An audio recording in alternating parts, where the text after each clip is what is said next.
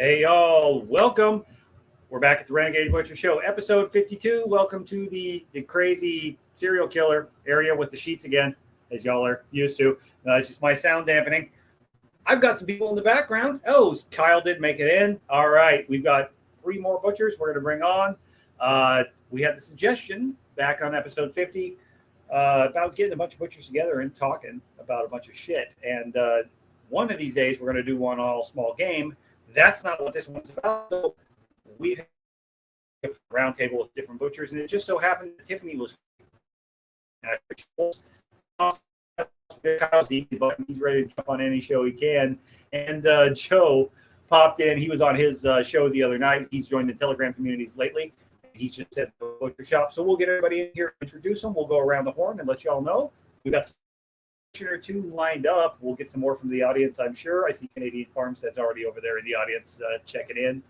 And that's the idea. We're going to introduce ourselves, talk about small-scale butchery, and answer some questions and just chat. So I'm sure we're not going to run out of anything to talk about. Welcome again. Thank you. So let's introduce everybody. We've got Tiffany. I know you all have met her from Backyard Butchery. Joe is popping in, and Kyle. He needs no introduction. So no, never. How y'all doing? Glad you're all here. Good. Well, you all know me. It's my podcast. Let's go around the horn. We're going to start with Joe because you're the new guy here. Tell us a little bit about you, about what you got going on. I know you are starting out getting your own butcher shop built, but you have some experience in it, and you were on Kyle's podcast last week. But give us the back of the napkin on what you got going on, man. Yeah, so just recently we decided to throw up our own custom exempt shop. So we're in the early stages of that. We just got dirt work done, kind of waiting on culverts to be put in. They haven't been put in yet. We got materials sitting here waiting, just kind of at a standstill with that. We have a small farmstead. I guess that's what we'd call it. It's going from the transition phase of homestead into a small farm. You know, we run a small beef herd, got a couple dairy cows. We raise pastured pork, pastured poultry, meat rabbits. We got a few ducks and dairy goats and meat goats. So got a little bit of everything. What kind of beef you guys raising? Are you focused on any specific breeds? Or? No, I have a mixed herd, whatever I picked up when they were young, cheap, just kind of get a start going. Some I raised from bottles that we picked up, and some were I picked up cheap from friends. Older gentleman had offered some to me because he got cancer and stuff. So I picked up some of his herd. I got Hereford, Santa Gertrudis. Nice. They have those up there. Damn. Yeah. The older gentleman had those. I had a couple Angus. We have a Charolais cross heifer. It's a very small herd, and then we just got a Jersey cow and a milking shorthorn right now. So I'm not particular on any specific breed. I don't mind mixing and matching. It just finds out what works for you the best, I guess. You don't figure out what you prefer until you've actually tried them all. Yeah. Yep. So. Well, Tiffany, you were on a couple months ago. I know most folks probably know you, but give us a rundown about what you got going on, who you are, and what you're doing. Yeah, so I opened the first mobile unit in Oklahoma. It's fully mobile. I kill, cut, and wrap on site, beef, pork, lamb, and goat. I run solo, so it's kind of a psychotic little operation, but if nothing else, I'm entertaining. I've got my own farm. I don't know if we've talked anything about that. I raise old spots, registered UK line old spots, and sell that pork. And then I also have some shorthorn beef shorthorns, pure red registered. I don't really know what we're doing with those right now. And I've done a lot of poultry in the past. I still have poultry and goats, stuff like that. And then I also have a beekeeping business. I do bee removals locally here in Oklahoma. So I stay busy.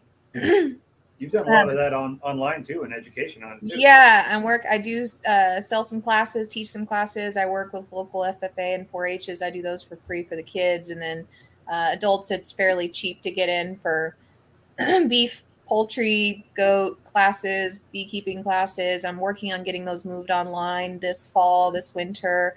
I'm just waiting on some animals to fatten up around here to take that video on. Pretty sure you had a way more exciting podcast earlier today too. You were on in this one. This is like the laid back, low key, nobody follows my shit. But so you want to tell us about that? Go ahead and plug your shit. Yeah, I was on the Permaculture PIMP cast, and that It's okay. was You can say pimp. We won't be offended. No, I kind of like to say PIMP, but you know that's an old reference. I don't know I who. was going to say, are we cutting ourselves off at pimp for this? No, Is no, that- no. We're good. It's fine. It's still my podcast. We're all good. Okay, all right. Yeah, Billy Bond. Yeah, Billy Bond's good shit. He's got a pretty big following on YouTube. We're actually going to collab, hopefully, in the next couple months and do some YouTube videos with my unit and show it off on a couple of pigs. He said he was coming down here to do a couple of pigs anyway, and I was like, yeah, my equipment make it a little easier. Yeah, it would. Yeah, it would. Man, It could shorten your day a little bit.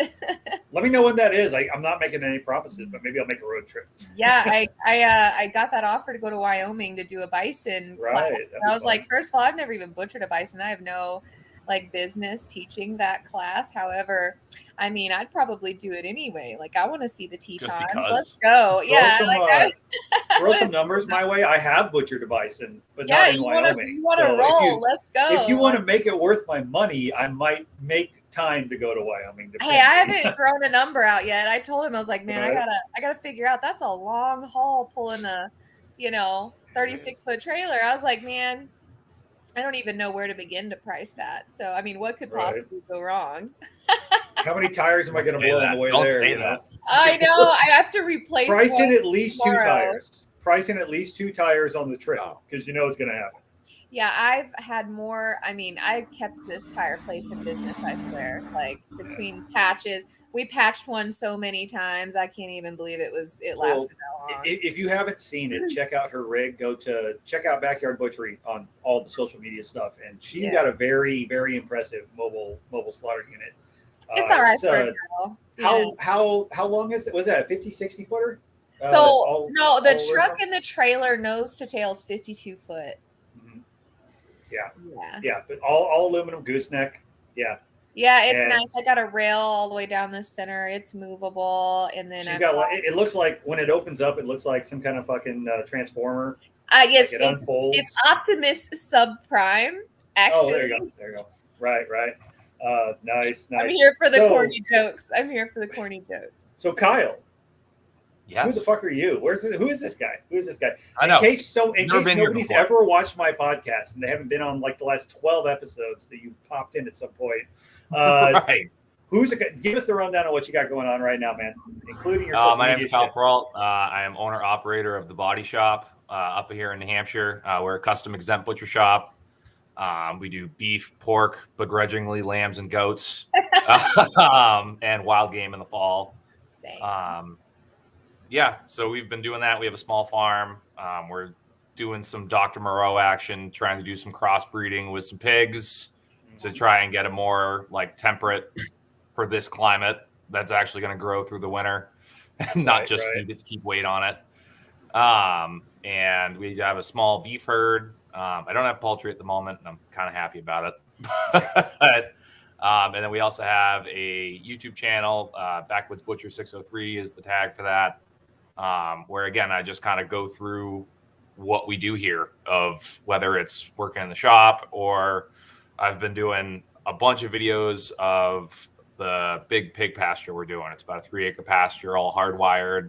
The next series that's coming up is putting up the electric fence. So kind of going through all that stuff. So, and I've been here a lot, so I'm sure most of you are tired of hearing me talk. So you're fine, man. So yeah, you've got what's the name of your podcast? I see somebody out here. Oh, that's right. Spelled it wrong. What? Oh no! It's probably not that for me. So that might be my fault. We do a podcast called Meet the Critters. It's taken multiple different turns already, and I think I don't even think I'm on episode 10 yet. Or I think Joe was That's how a podcast goes. So basically what we're going to be doing is we're going to do an interview show talking to different farmers, homesteaders, and producers just about what they raise, why they raise them, the stories of what they've done through this, the crazy times, the great times, kind of all that stuff. Because for a while there, I was kind of doing research on, I'm going to talk about this specific breed. and you watched me awkwardly stare at the camera by myself for a half hour listing off Wikipedia facts. So we're not going to play that game anymore. You were trying to be breed specific for breeds that you didn't necessarily know. Yeah, exactly. Like the ones I knew, I was like, okay, I can bullshit about this for a half hour. But then I was starting to get into some that I was like, I don't know. We'll figure this out. So I am liking the new format. I don't know who I have exactly lined up. I've got a couple irons in the fire for this Saturday. So that's every Saturday, 8 p.m. Eastern. You've been talking about getting Lisa on for a while. Yes, I do need to your get favorite topic too, because that's going to be a good one. Somebody can talk about something you don't want to talk about. Oh, shit. And y'all know me, Josh Renegade. I do lots of fall. I do consultation training on pork, lamb, goats. I don't care, whatever you want to pay me for, but I do seasoning and all the other fun stuff. I'm not going to spend a bunch of time introducing myself because I've got a whole 51 episodes you can go back and look at if you really want to. And everybody, welcome here. What's everybody been up to today? What's new and fun? I know everybody's got some shit. Kyle, you got them killing some shit. I know Tiffany's got a whole shit show going on. But but Joe, so how's the construction going, man? You're building a shop. Dead in the water right now. Oh, what's the holdup? Just waiting on the county to get culverts put in. We got the dirt work done. I made a road through the backside of my property so we can get to the spot. We picked a spot right on it's not really a main road, but it's well traveled. So it'll be easy to find right off the 86 expressways that comes right on the one end. So we get signs put up at both ends. We'll have easy access to it. We're just waiting on the county right now. I've got the whole build kits sitting up my field. My business partner's got the trusses sitting at his shop. We're just kind of sitting ducks until we get these culverts put in. So, yeah. That's kind of where it's held me back for a little bit because some folks that I know that are good friends of mine that have set up mobile rigs in Texas, the horror stories you hear from just dealing with it and the red tape. It's you put out all the money, and even once you have it ready to go, you may be waiting 6 months until the state even looks at it. So yeah, I can't afford to do that right now. Hey, my state told me what I do is illegal 5 years ago. Yeah. Well, my state told me what I was doing was illegal several years ago, and then they told me how to be legal, and they were like, yeah, here's how much it's going to cost you. Yeah, you want to reach way up your ass and pull that money out and give it to me? Because I got it. My state was like, we don't care, just don't sell chops. And then the town acted like I was putting a concentration camp on the property. Oh. So, it sounds like my neighbors. Have they met? that was a fun 6 months. And then I didn't change a single goddamn thing about my business. So I was like, just did what you wanted and rolled with it. Yeah. I just stopped processing for people and started teaching people. Yeah. Yes. So, yeah. Exactly. I started cutting deer for all the cops and firefighters in town. That does help. Everything went away. In fact, I've got a pig that was last night shot. Somebody's like, "Hey, I just shot a pig," and I'm like, "What do you want to do with that?" Like, we're hoping you can come skin it, and I'm like, "You messaged me at 8:30 at night. You have fun skinning that. Let me know what you want done with it. I'll come get it." Right. Oh shit. Well, so Tiffany, what's your day been like? Oh man. Other than your awesome podcast you've been on.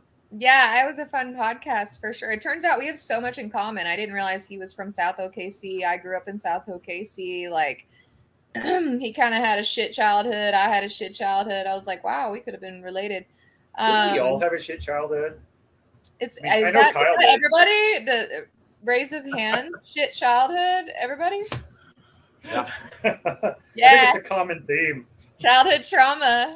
We didn't end up here by accident. Yeah, that's why we enjoy killing things. I was going to say, we don't all have jobs where we shoot animals in the face because we had amazing childhoods. Right. None of us were like on the fucking like Dean's list. Come on, let's be honest. No. I love that. Yeah, I love that. Now, today I was just feeding pigs, man. I fed some pigs, did a podcast, took the dogs to the vet. That was expensive. And, just catching up on phone calls, really. Just phones blowing up. It's bee season. We're getting a late season because it's been raining nonstop here. So I've got a list of bee removals, but doesn't stop raining. I'm like, I need it to be a clear day, and I need to not be butchering that day. So I'm very happy to not be in the bee space anymore. Yeah. I was for a brief period I didn't until I know. realized it was not for me. I don't hate it, but it's not for me. I I love love keeping bees. I love it. Yeah. I want to Good. get back into it. I just haven't had the time to jump back in. I've got the boxes and all the equipment for it. So I didn't hate it. I've got some boxes rotting out in the pasture, but I was kind of gifted some really, really hot bees that were half Africanized, and I didn't mind it, but I can tell you right now, it is more work than I anticipated.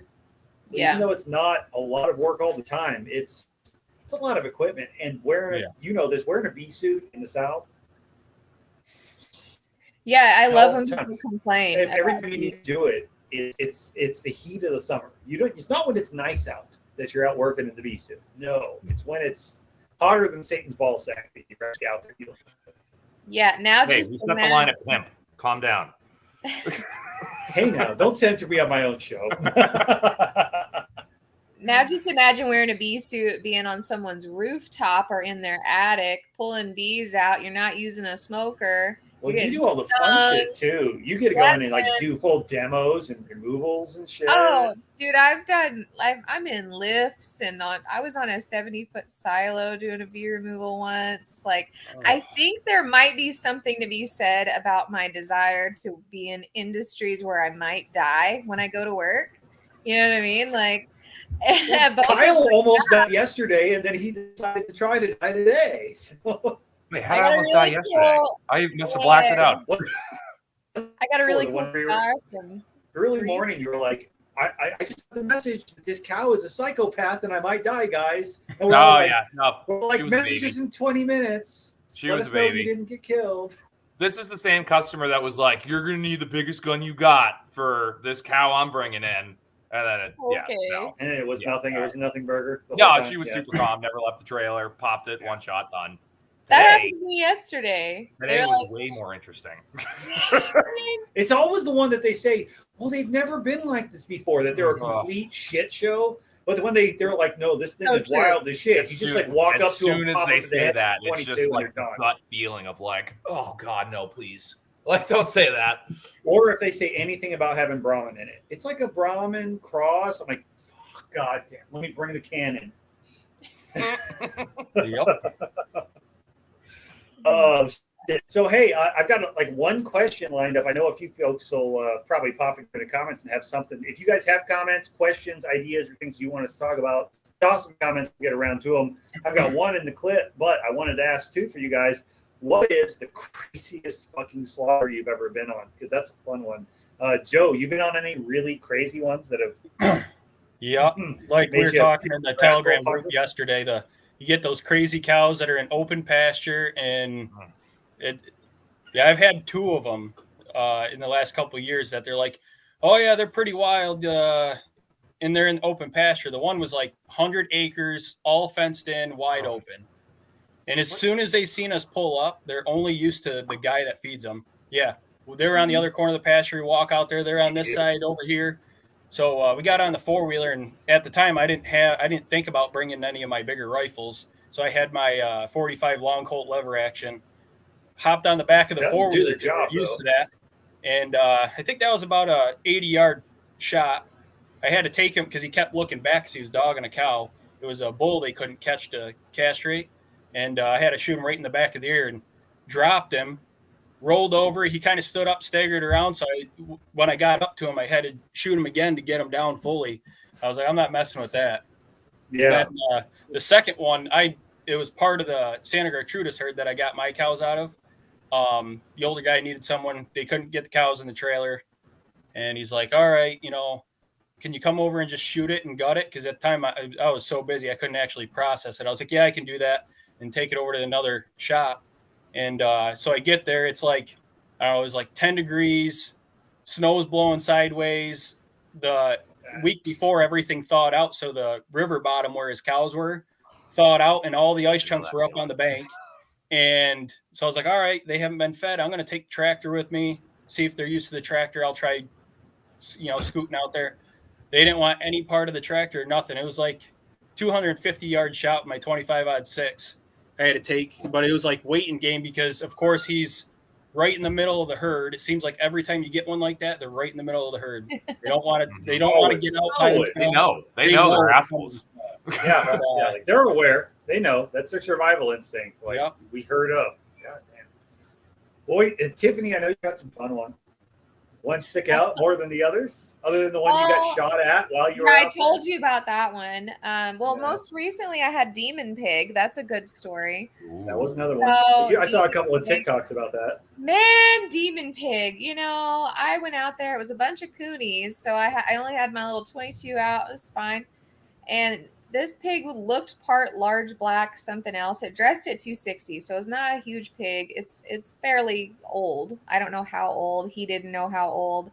It was like his daughter's pigs that she just left at his house, and it's been like 5 years. Sounds like somebody trapped some wild pigs. He's just been feeding them. I was like, you're insane, but all right. So, you know, I think this was the last one of all of them.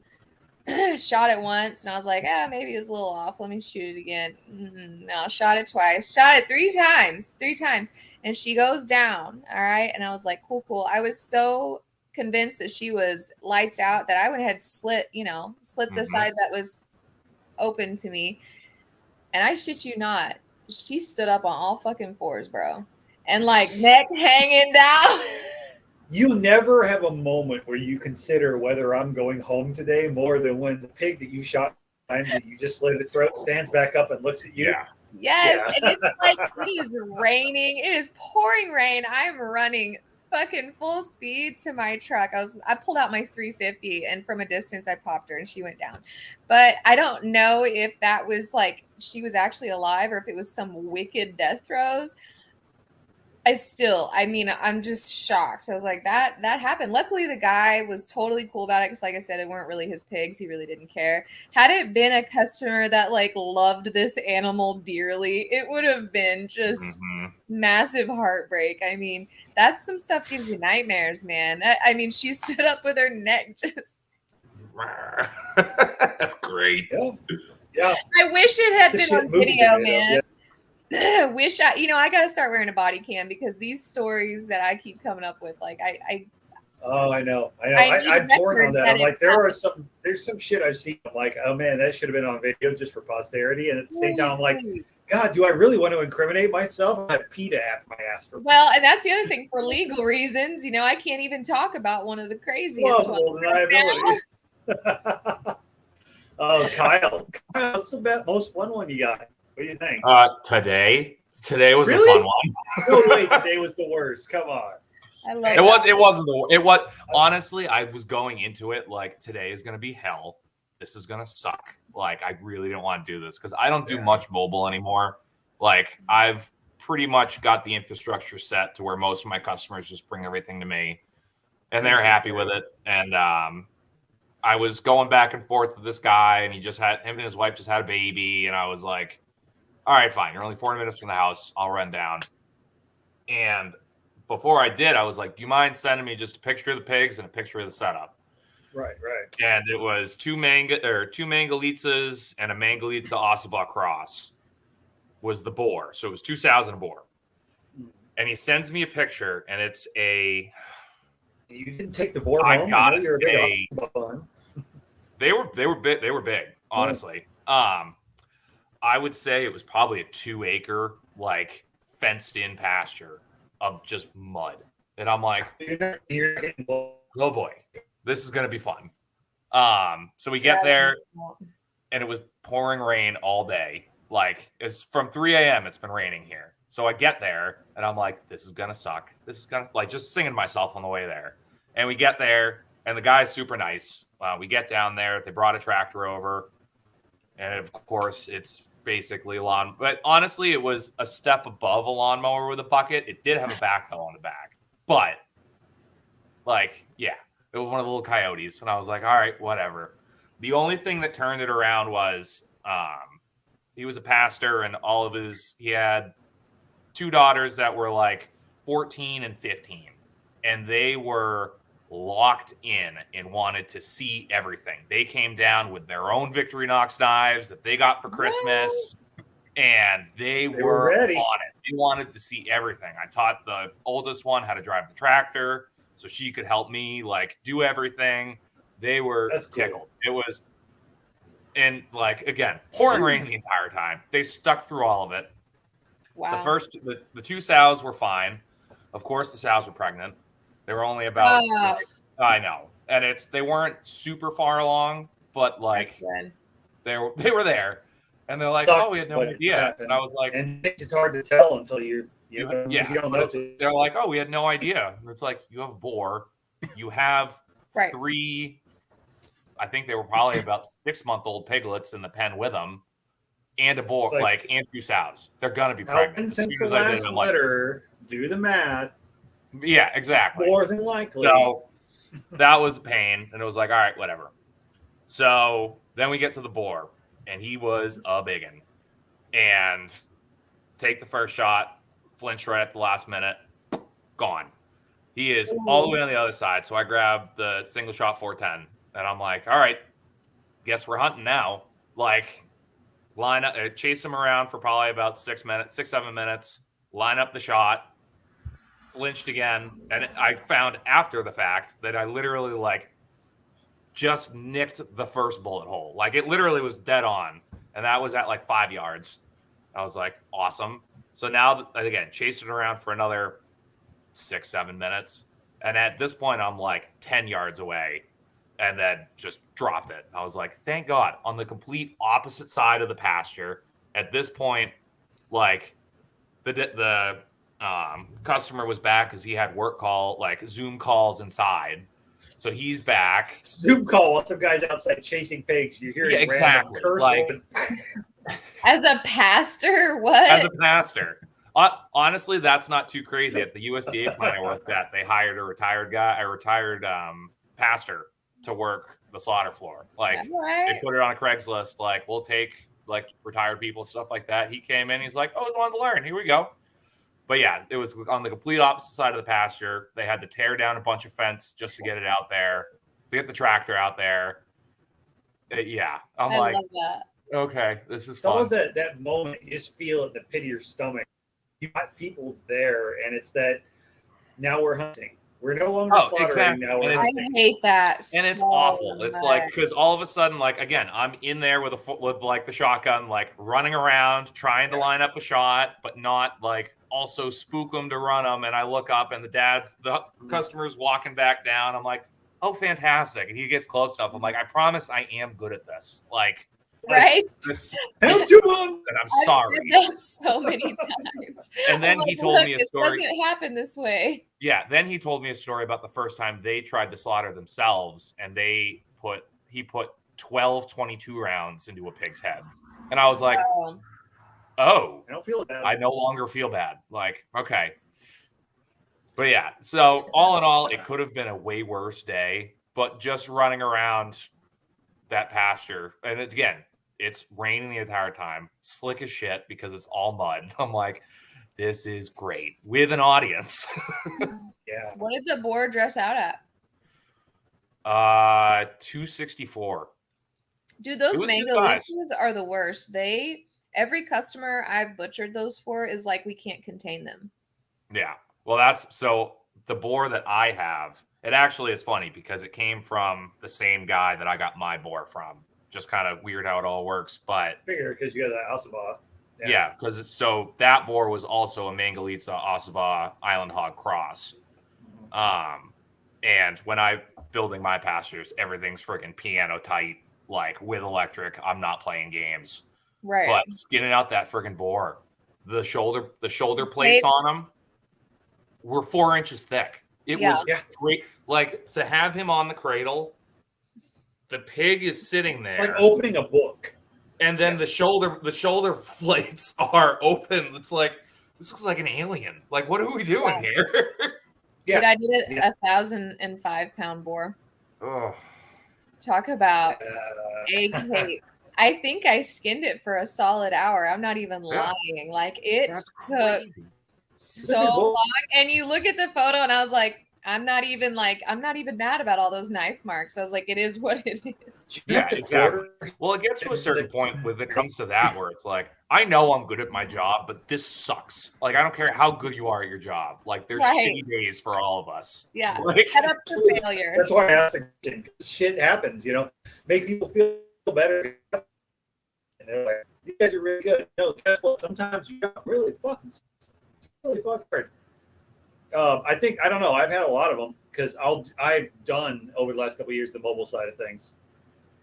So there's like interesting shit where I've been like asked to come in and clean up. Like, oh, guess what? We've got 45 to 60 wild potbellies that are running around our property because we were irresponsible and they got loose. And you're out spending every fucking afternoon in June hunt pigs with a 22.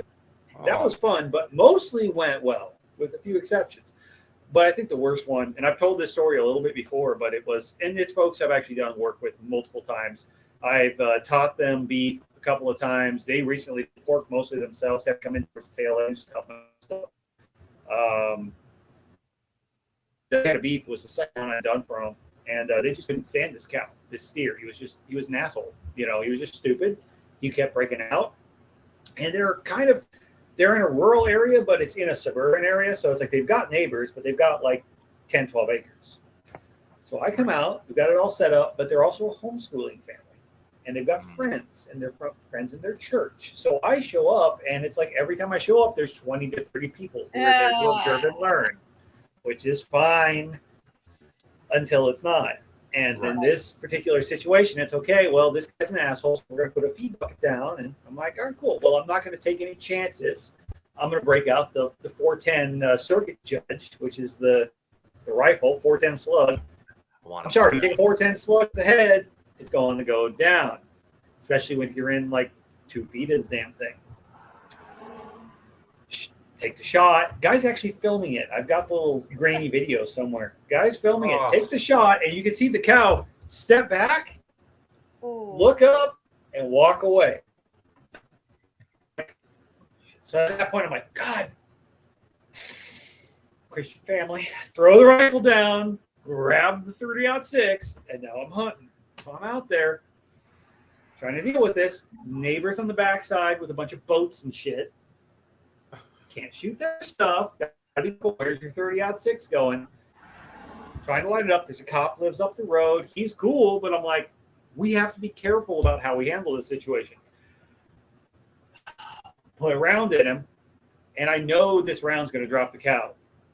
Looks at me, walks away. I'm like, what? Follow him out, line up the shot, put another round in him, temple to temple, through the head. You could see it hit. You could see blood spray out the other side. No flinch, no reaction. Slowly turns its head, looks at me, walks away. I'm like, at this point, another guy deserves to live. Got that friend. He's got this friend that's like hunted everything, and he's been to Africa, and he shot lions and tigers and all this shit like that, whatever. And he's like, oh, I hope you've got the 30-06. And I'm like, I don't want the drama. I don't want the shit. But of course, whatever. It's not my place. So he comes out between the two of us. 7 rounds of 30-06 went to the head of this cow. 7 rounds. That's not insane. One time did this thing fucking flinch. Not one time did it move or react to the sound of the rifle. Not once. And I'm like, what is going on? I even said at one time, like, if this thing starts growing hair back while it's hanging in the cooler, call me. I'm changing my name and moving to Mexico because this is Wolverine the cow and it's going to hunt me down. It's regenerating. It's immortal. I'm trying to kill an immortal here. That's what's happening. It doesn't make sense. So finally, it goes down. I walk up to it with the 30-06, rack another round on the ground, put the rifle to its fucking head, blow the thing's head apart. And of course, I'm covered in blood and brain matter at this point because if you ever do that at close range, you're going to wear it all. But I wasn't taking chances. Bleed the thing. We get it loaded up. We're talking about this, of course, at this point. It's like, what happened? What went wrong? And I'm like, I don't know. I wish I had an answer for you. It should never go that way. And I don't even know how it still has a head at this point. I was questioning whether my rifle was actually functional. I was about to throw it away and be like, I need to resight this thing. I don't know what's going on. Am I shooting blanks? What's actually happening here? Get it going. At one point while I'm skinning it, his wife was talking to me. She's like, "Do you think it even had a brain?" I'm like, "Not anymore. Definitely not anymore." At this point, because they were like, it was such a dumb animal. They're like, maybe it was just too stupid to die. I don't know. Maybe it didn't know it was actually. We have all these crazy theories. Finally, get it done. I've got the head off, and I'm going to skin the head out. All 7 shots hit the head. One kind of raised the jaw. Everything else. The first shot, you could see where it was. It was the perfect place. Should have killed it. Every single one of them was in the brain. I'm like, what the hell? The only thing that makes any sense is that first shot just destroyed. It was not, there was enough brain that had motor functions. And it was just like a zombie cow walking around. And there was still a stem or something. I still can't explain it to this day. And it was the weirdest thing. One of the closest things to prime beef I actually cut that wasn't actually raised by a professional. It all ended well. They were happy with it, but it was the last experience. And in, I don't know, probably 1,500 never anything like that. I still can't explain it. Sometimes shit just goes weird. Did you burn some sage, man? I wish I think so. I think after that I may have come home. I may have found God I didn't even follow and praise him just in case.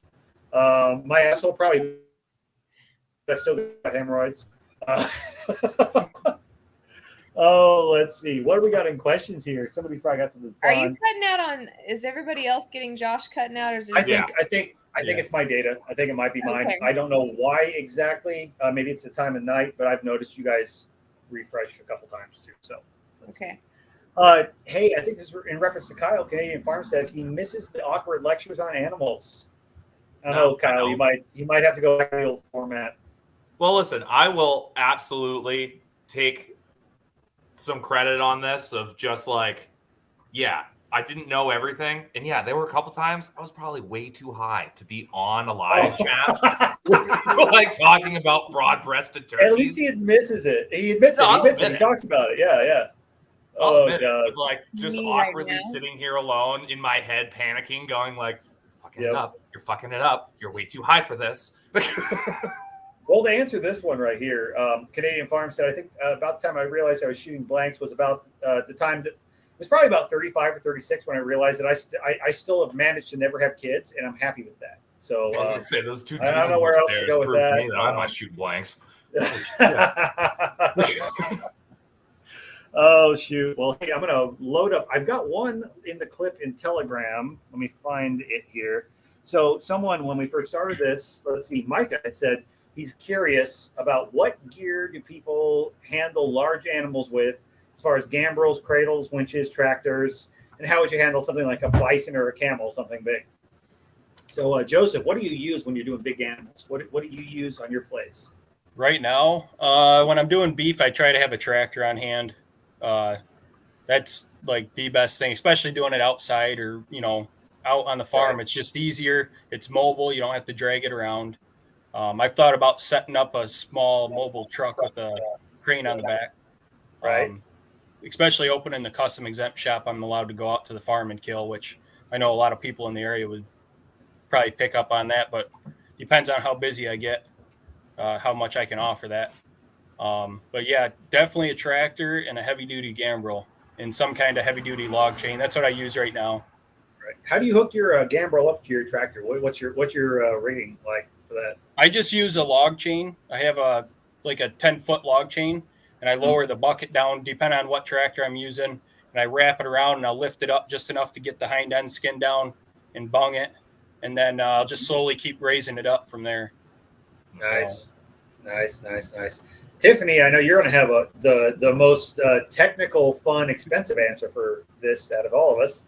I'm good. It's all set up, man. Yeah, like She went and bought the SpaceX version of Slaughter. Yeah. I like to overthink things. Thank you.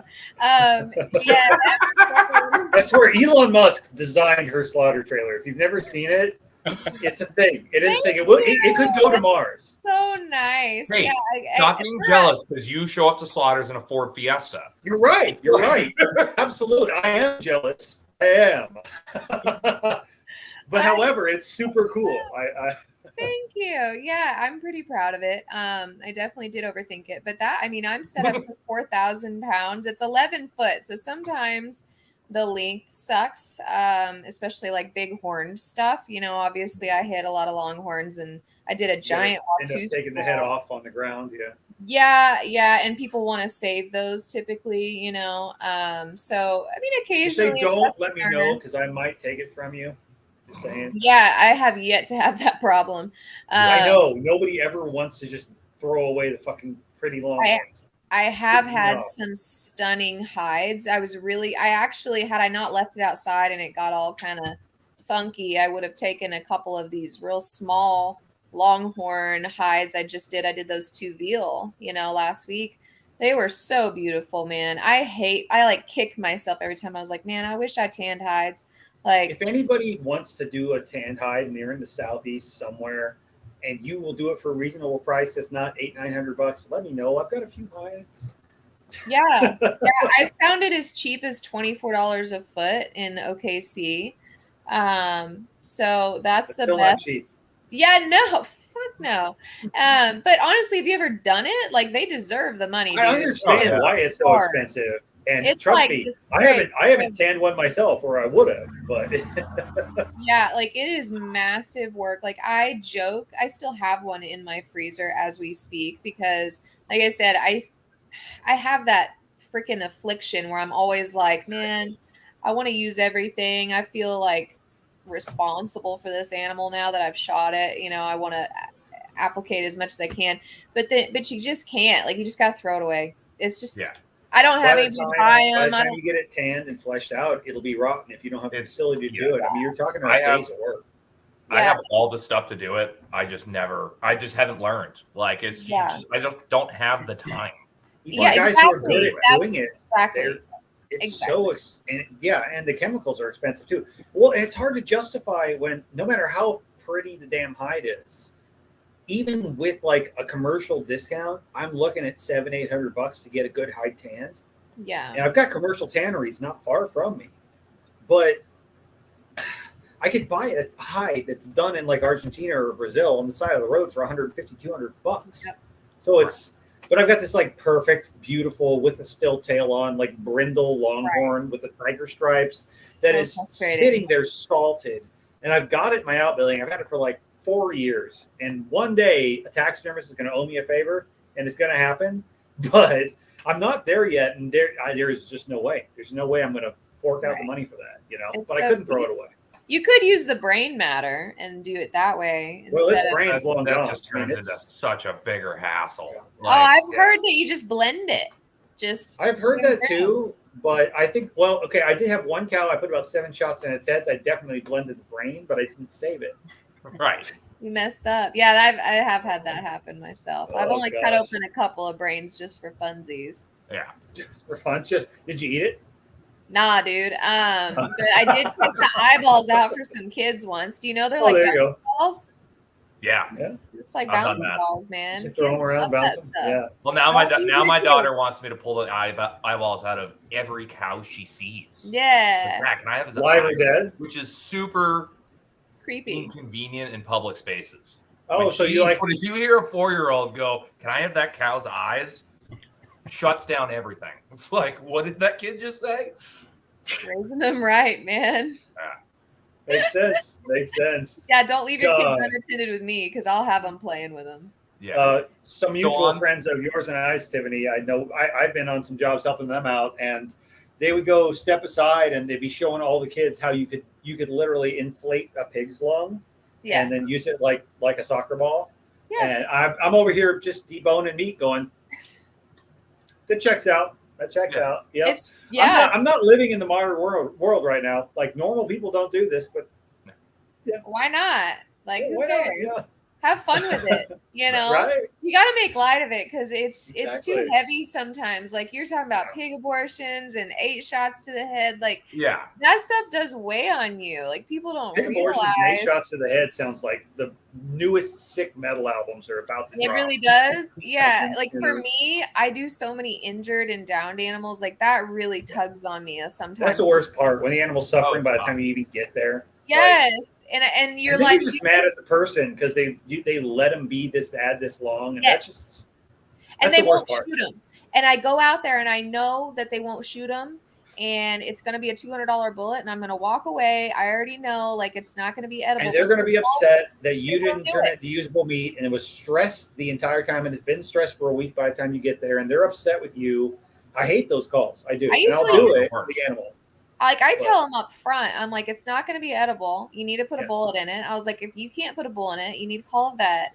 And they'll be like, can you just come out? And I'm like, sure, but it's I'll going to be do it, but I'm going to cost as much as the $300 vet. bullet. I'm going to cost as much as the vet because you're going to charge me. You're going to pay me for my fucking time. Right. And Because you're not going to believe it's not edible until I show you. Right. And that's the thing. I do enjoy that too a little bit because it's a science experiment for me. I'm like, okay, let's see how bad, this injury created for this animal. And so that's interesting to me because there's just not a lot of information out there about it. Like you can't just call up your state inspector and be like, hey man, so have this cow had maggots in its leg, but can you tell me if this looks weird? Like they're just gonna be like, no. Like, don't call me with that stuff. They check out immediately the word maggot. Yeah. Maggot? What? No, it's immediately no. Yeah, exactly. And it should be. I mean, you get to that point, the animal's done. But yeah, no, I've gotten calls like that too. And it's like, there's times I hate to say it, but I don't return the call because you're like, you have that in the back of your head of either, one, this is not going to go well for me, or two, is this somebody trying to fuck with me? Is this somebody trying to,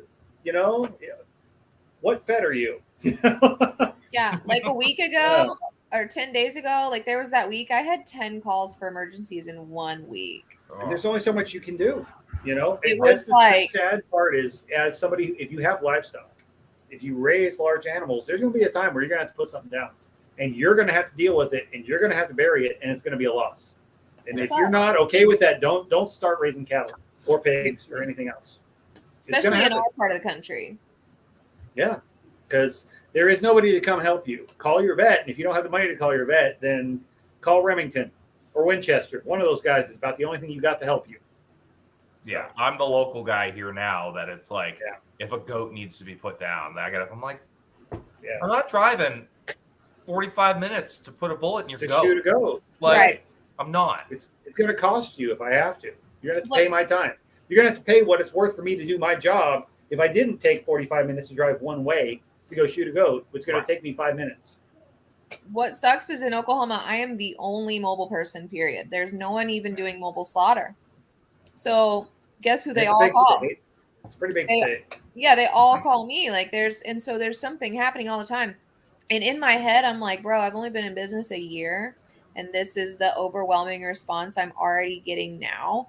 So I'm a little worried / excited. I mean, at the same time about like this massive growth that I'm feeling happening, this. Yes, absolutely. You'll definitely go and repeat it. Abortion sometime. It's true. It's true. Today's the day. Hey, before we get too far off, Kyle, what do you use as far as heavy equipment? Like when you're doing big animals, what do you use? What's your equipment choices? Tractor for sure. Like for me, it's just how it is. My corral that I do all my shooting in is in the house driveway, and my shop is over here. So it's just because my neighbors are fairly close, and luckily they're awesome. But legally, your neighbors are awesome. Shoot her over at the shop. So it is what it is. Luckily, a lot of them get dropped in the trailer, but you still need a tractor to pull that thing out. And I'm very lucky. You don't just do you even lift, bro? Like you don't just drag it out by hand? Come on, man. Lick it and toss it. Yeah, roll that shit. Yeah, I know for me, just because I have definitely set myself up more to be on premises. Like most of my customers come here. I've got a steel cradle for all of my beef. I've got a smaller one for pigs. And then I actually had a customer build me a spreader bar for my tractor. And it's essentially just like 1/2-inch steel that's probably about 3.5, 4 feet wide. And I've got heavy duty open-ended hooks on the top that fit on the tractor. And then to hang everything, I have a little bit smaller opening hooks, basically just enough that I can fit either The hooks that are going in, like into the animal, or a lot of the time I'll use poly rope on all my sheep and goats and pigs and stuff like that, just because it's 1,000 times easier to pull everything off the hook in the cooler. Right. Just because my cooler, the bar that I hang everything on, it's like 7 feet up. Like, so to get everything up and over, it's so much easier to just, if I need to, go in with a knife and just go cut it off, carry it out. But yeah, you definitely, in my opinion, some type of gambrel, or the spreader bar is so nice, just because as soon as you start splitting that thing, it just pops apart like the whole way down. It's That's so nice. nice. Having some sort of outward pressure makes a huge difference. Yeah, absolutely. I mean, for me, it varies a lot. I'll go to people's places and teach them how to do it with the equipment they have on hand, but I always talk to them before I go. I mean, I've got stuff that I'll do on site with people I've worked with already, and I've helped them set up their equipment. So that's kind of the easy button. But the first question is, do you have a tractor? And it's like 70% of the time, the question's like, they're like, of course we have a tractor. We have cattle. And then there's that 30% of, yeah, no, we've only got about 15 head. We haven't gotten to the point of needing a tractor. And I'm like, how the fuck do you have cows? How do you do? How do you move hay? Never mind. And half the time it's somebody with a goat and they've got a tractor. So it's a mixed bag. But or they'll have a bobcat. They've got some skid steers. They've got something. Most people have some level of heavy equipment that they're working with, which helps, and it makes it so much easier. And sometimes they don't. 90% of the time that I do a job, though, if I actually take it on, we've got a tractor, and I agree. It makes it so much easier, especially with a loader. If they don't have a loader, that's then you're bringing in a gambrel. I've got a gambrel that's like it's adjustable width. I made it myself. It's 3 to 4 foot width. That's cool. I had like a piece of square stock. You get the stuff that's actually got all the different holes in it. Mm-hmm. And I've got eye bolts that I can actually move them to different widths if I needed. I could do a goat if I really wanted to. And I'll just slide. Well, I like that I can get the heavy duty steel, like hold up to 300 pounds per hook, stainless steel hooks, and just slide them in. But usually I do it with a tractor. And with a tractor, especially with a loader, kind of like what Joseph was saying, using the log chain is awesome, because I'll wrap it up over the bucket, and you're looking at a length of chain basically draped over it, not hanging, but enough that you can have that spread. I don't even use the gambrel. I have a log chain that's big enough I can put those stainless steel hooks in it where I need it. So we'll bring the tractor up, I'll be there, have the animal on its back, hook those things, lay it out where I need it spread, hook them in, and the only thing you need to really be concerned with is getting them at an even height so it hangs straight. Once you have that set up, it's actually easier, because the only problem with the gambrel, I think what you got going on, Kyle, is you got 2 hooks, but with a regular gambrel, you got 1 point that it hangs on. Yes. Great. Until you split it and you start taking pieces off when you're quartering it up, and suddenly you've got the teeter-totter. Yeah. Mm-hmm. That can be fun, because now what was hanging is hitting the ground and all kinds of fun stuff flying off of hooks. And by stuff flying off of hooks, I mean like 200 pounds of meat. So having it be a fixed place on each side does help a lot. That does make things easier. I've been in situations too where, I'm like, you got a tractor, and I, of course, didn't think you'd have a tractor with a loader. I was going to ask that question. Yeah. It's like an old 1950s John Deere, and I've got an oak tree limb and a rope. Oh, awesome. Awesome. So here I am single legging a cow and skinning it and breaking it down, and it's going into 4 different freaking, freezers, like chest freezers with regulators on them. And, I've done some redneck shit. We've made it work, and it's all been for personal consumption, but goddamn, it gets interesting sometimes. It really does. It's a wild world. But yeah, if you're doing it yourself, you're looking into it to get equipment, get a tractor. If you're raising large livestock, if you've got large livestock, if you're even considering doing, as the question was, a bison or a camel or beef, for fuck's sake, get a tractor before you get the animal. Yeah. No, that's huge. Don't do my mistake. I do not have a tractor, and I have all these animals. Me too. Oh, Lord. So how do you do it? Luckily, I have my current boss and a couple of neighbors. They all have bigger tractors, and I use them, and That's my first question when somebody says they don't have a tractor. I'm like, do your neighbors have a tractor, and are you cool enough to borrow one for a day? Yeah. They can come over and run it. That's fine. Maybe it'll be interesting. They'll learn something. Yeah, I walk away from those situations now. Like if they don't have a tractor and they're giving me pushback, I'm like, okay, all right. good luck on a wait list for 2 years to get somewhere else. I'm not one of those wild beef that I had to shoot. We showed up and it was the same situation with your little Coyote tractor. He's like, oh yeah, the tractor's there. You're good to go. It was one of those compact, like 20 horse Coyote tractors. It couldn't even lift the back legs up off the ground. So there was 4 of us there. And we had to use the tractor and manhandle a whole beef in the back of the truck. So this is one of those that like it's just big enough that it doesn't have a deck that goes underneath. No, it had a deck. No, that's exactly what it was. It was small. And I was like, oh, lawnmower. So it's a lot. It's like the biggest lawn tractor you can get where there's a loader option. Oh, okay, even better. Yeah, it had no lifting power. Mine's a friggin' monster. I've got a Massey Ferguson 50E. It's got like a 7-foot bucket. Like the bucket alone weighs like 1,000 pounds. It's crazy. Your tractor is basically a grader. Now, granted, it's old enough that every other time you use just under like industrial. Like, every time you're using it, you're having to replace something. You're like, all right, well, the wiring's melted out because the thing's older than me. But this thing will also lift the Empire State Building if I need it to. Oh, I've done some stupid shit with that thing, and it works. It's like once every other week, Kyle's got to post in Telegram. Yeah, I'm usually bitching about the tractor. Fucking fixing the tractor again today.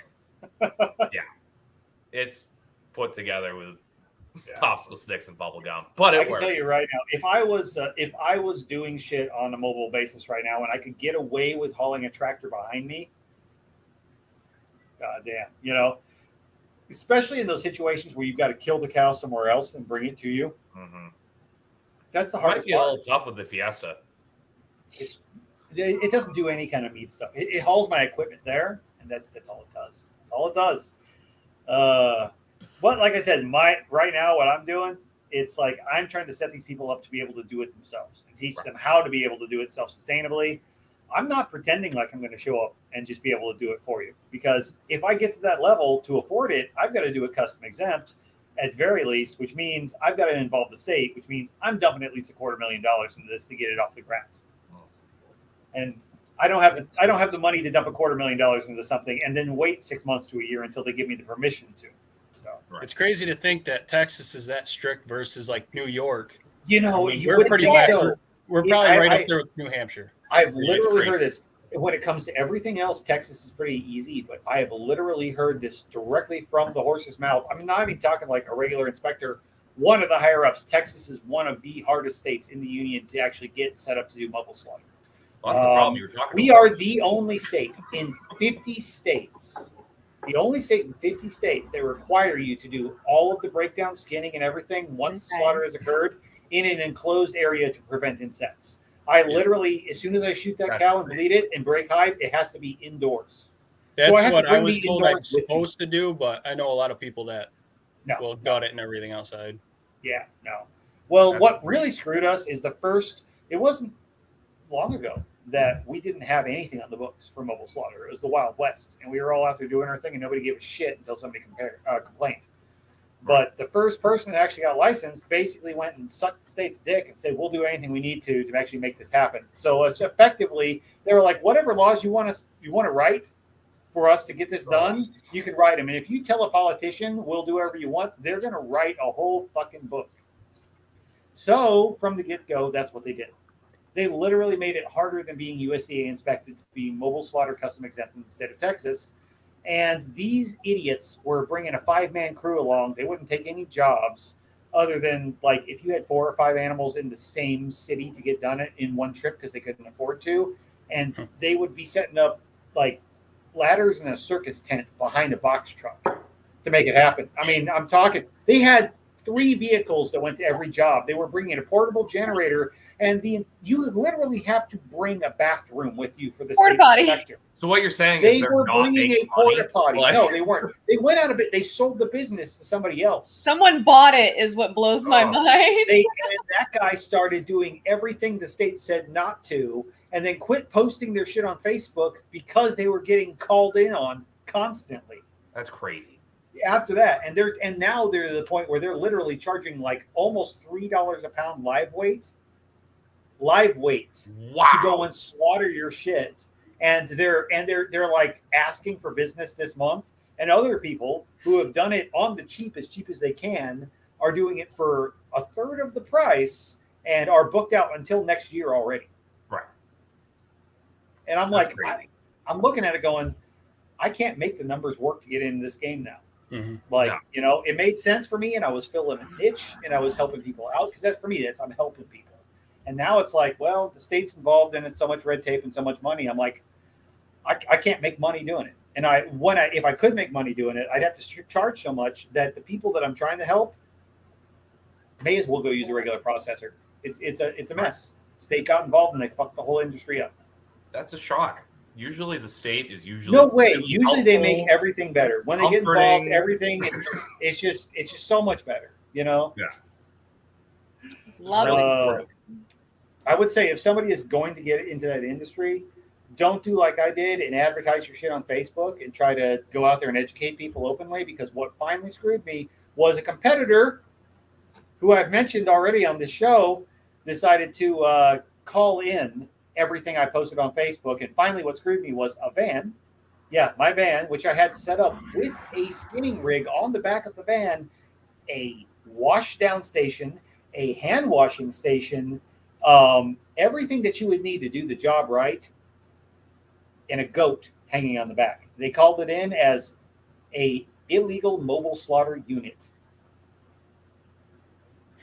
Yeah. Bro, Because I was skinning a goat on the back of my van on a gambrel made for deer. what is it with a about? sink. What is it about like other butchers calling in on other butchers though? I don't get They that. were, what This is happened with how those I- folks was because you were involved in this from the get-go, all the people who were in this space were already cool. We were communicating, we were doing our thing. And these guys came out of nowhere. They did no pre-advertising. They sucked the state's ass. And then they got their license. And as soon as they came to the operation, they called in every person who'd already been doing it before and called in reports. Like just a complete shit show. And they wouldn't communicate with anybody else. When we reached out and we're like, hey, welcome to this. We've been doing this for a while. If you let us know what you're doing, if we got somebody in your area, we'll send them your way because we're busy as shit. Right. No, they didn't want to play ball. They wanted to throw everybody else under the bus, and they went out of business in a year and a half. Dude, see, that's what Yeah. bothers me is people trying to monopolize the business. That's literally like how the idea and the concept for my entire business started. I just want y'all to know I'm petty as fuck. Oh, Like, I'm petty as fuck. I built a whole business because of somebody trying to call me in for butchering chickens for people. I was like, look at me. I should send them a thank you letter actually for that because it's doing great. But yeah, that's how petty I am. I spent more money than I have on my entire property on a mobile slaughter unit butcher shop because someone was calling me into the state to say I couldn't butcher chickens. Well, fuck you. Now I do beef. I don't know if you want to talk about it on the air. Didn't you have a really fun situation recently with the slaughter type thing where somebody decided to involve the law and it's not going to work well for them? I don't know how much you can talk about it. Don't feel like you have to. But We still got a court date coming up. But yeah. All I'm gonna It's not going to go well for them. All Not I'm gonna gonna go well for them. say is like I contacted Josh the day this happened because I was like, we're on Snapchat and I'm like, am I? I told you shut up? these guys are fucking scamming you. I'm like, this sounds like a con to me. They're trying to set me up and like it's such a wild story. I'll definitely tell the story when it all comes. These guys fucked up. They got fucking ripped off, and they're trying to fucking make the money off of somebody else by passing the buck. Yeah. Is what's happening. All I'm gonna say is $3,700 lamb does not exist in my world. So Yeah. Well, the problem with all those people that like call in other butchers and stuff like that, they're not reputable people. Like No, they're not. I wouldn't send my worst enemy to those people. Like Every single person, every single reputable butcher that I know, even if they are a direct competitor, they're cool because guess what? There's a lot of shit to do. None of us are without work. If you Exactly. butcher or animal slaughter, you have work to do. Right. So there's no need to cut everybody's throat. In fact, I've spent more time sending my shit to other people because I know they have an opening or they're closer than I have actually doing my own shit. I get way more calls than I can take. Every one of us probably gets way more calls than we can take. Oh, yeah. And if you know somebody is decent, you have no problem fucking spreading the love. So there is absolutely no reason in this industry to cut somebody else's throat or act that way. And that just tells you, and based on my research of these people, they came into this and they had no background in the industry. I was literally just about to say that. That is the other thing that happens. Is it's like, oh, people are making money cutting up animals. All right, let's get into this. Came along and butchery became a profitable industry because it was there's demand. Suddenly you couldn't get into the big processor. So there was actually an incentive to get into it. They became an industry you could make money in. So they thought they had to come in and cut everybody else's throat. Yeah. See, I have the opposite feeling about it though, because like the more I work with people, work with other butchers, like the more I learn, the more they learn, the more we grow. And like, you know, when I cut my wrist, you know how nice it would have been if I could have just like worked with another butcher during that phase. Like I had to emergency take a couple weeks off work, couldn't use my left hand, you know, stuff like that. Or if something were to break that was like imperative on my trailer, you know, pass it on to somebody else, right? Right. Like I'm sitting here. We all feel that way, and that's why all four of us are on this podcast right now. Because if we didn't feel that way, I wouldn't have fucking had you on the show. We're all gonna succeed together more than we will ever more than you could ever apart. I just don't understand this like mindset of monopolizing. Why would you want to monopolize the industry? Are you insane? God, no. They don't last long in this field. It's crazy. It's so crazy to me. I just hate the dog eat dog mentality. I have a real problem with it, like the gatekeeping and all of that. So it is like refreshing to even be able to talk to other butchers because around here that's not a thing. Yeah. That's why I was excited about this show. It's so this has turned into exactly what I thought it was going to turn into, which is just a butcher therapy session. I'm like going, this is hard. So guys, it's so hard. The industry sucks, but we love what we do, and we're only here because of that. I just need all of my customers to hear all of this so they know that it's not like it's not just me. Yeah, it's like, listen, it's not all picking flowers all day. We got to shoot animals in the face, and sometimes they don't die. I know. And it sucks, and I have to live with that, okay? Sometimes I do lots of the number of abortions I do. Lord have mercy. Do not tell the Republicans. You know what I'm saying? You would go right into Texas. They would love you down here. You would get right I pulled out twins the other day, man. Twins. Oh, here's a good one. Lisa comes in with a great one. Lisa says, and we'll start with Joe. If you could change one thing about your business or your business model, what would it be?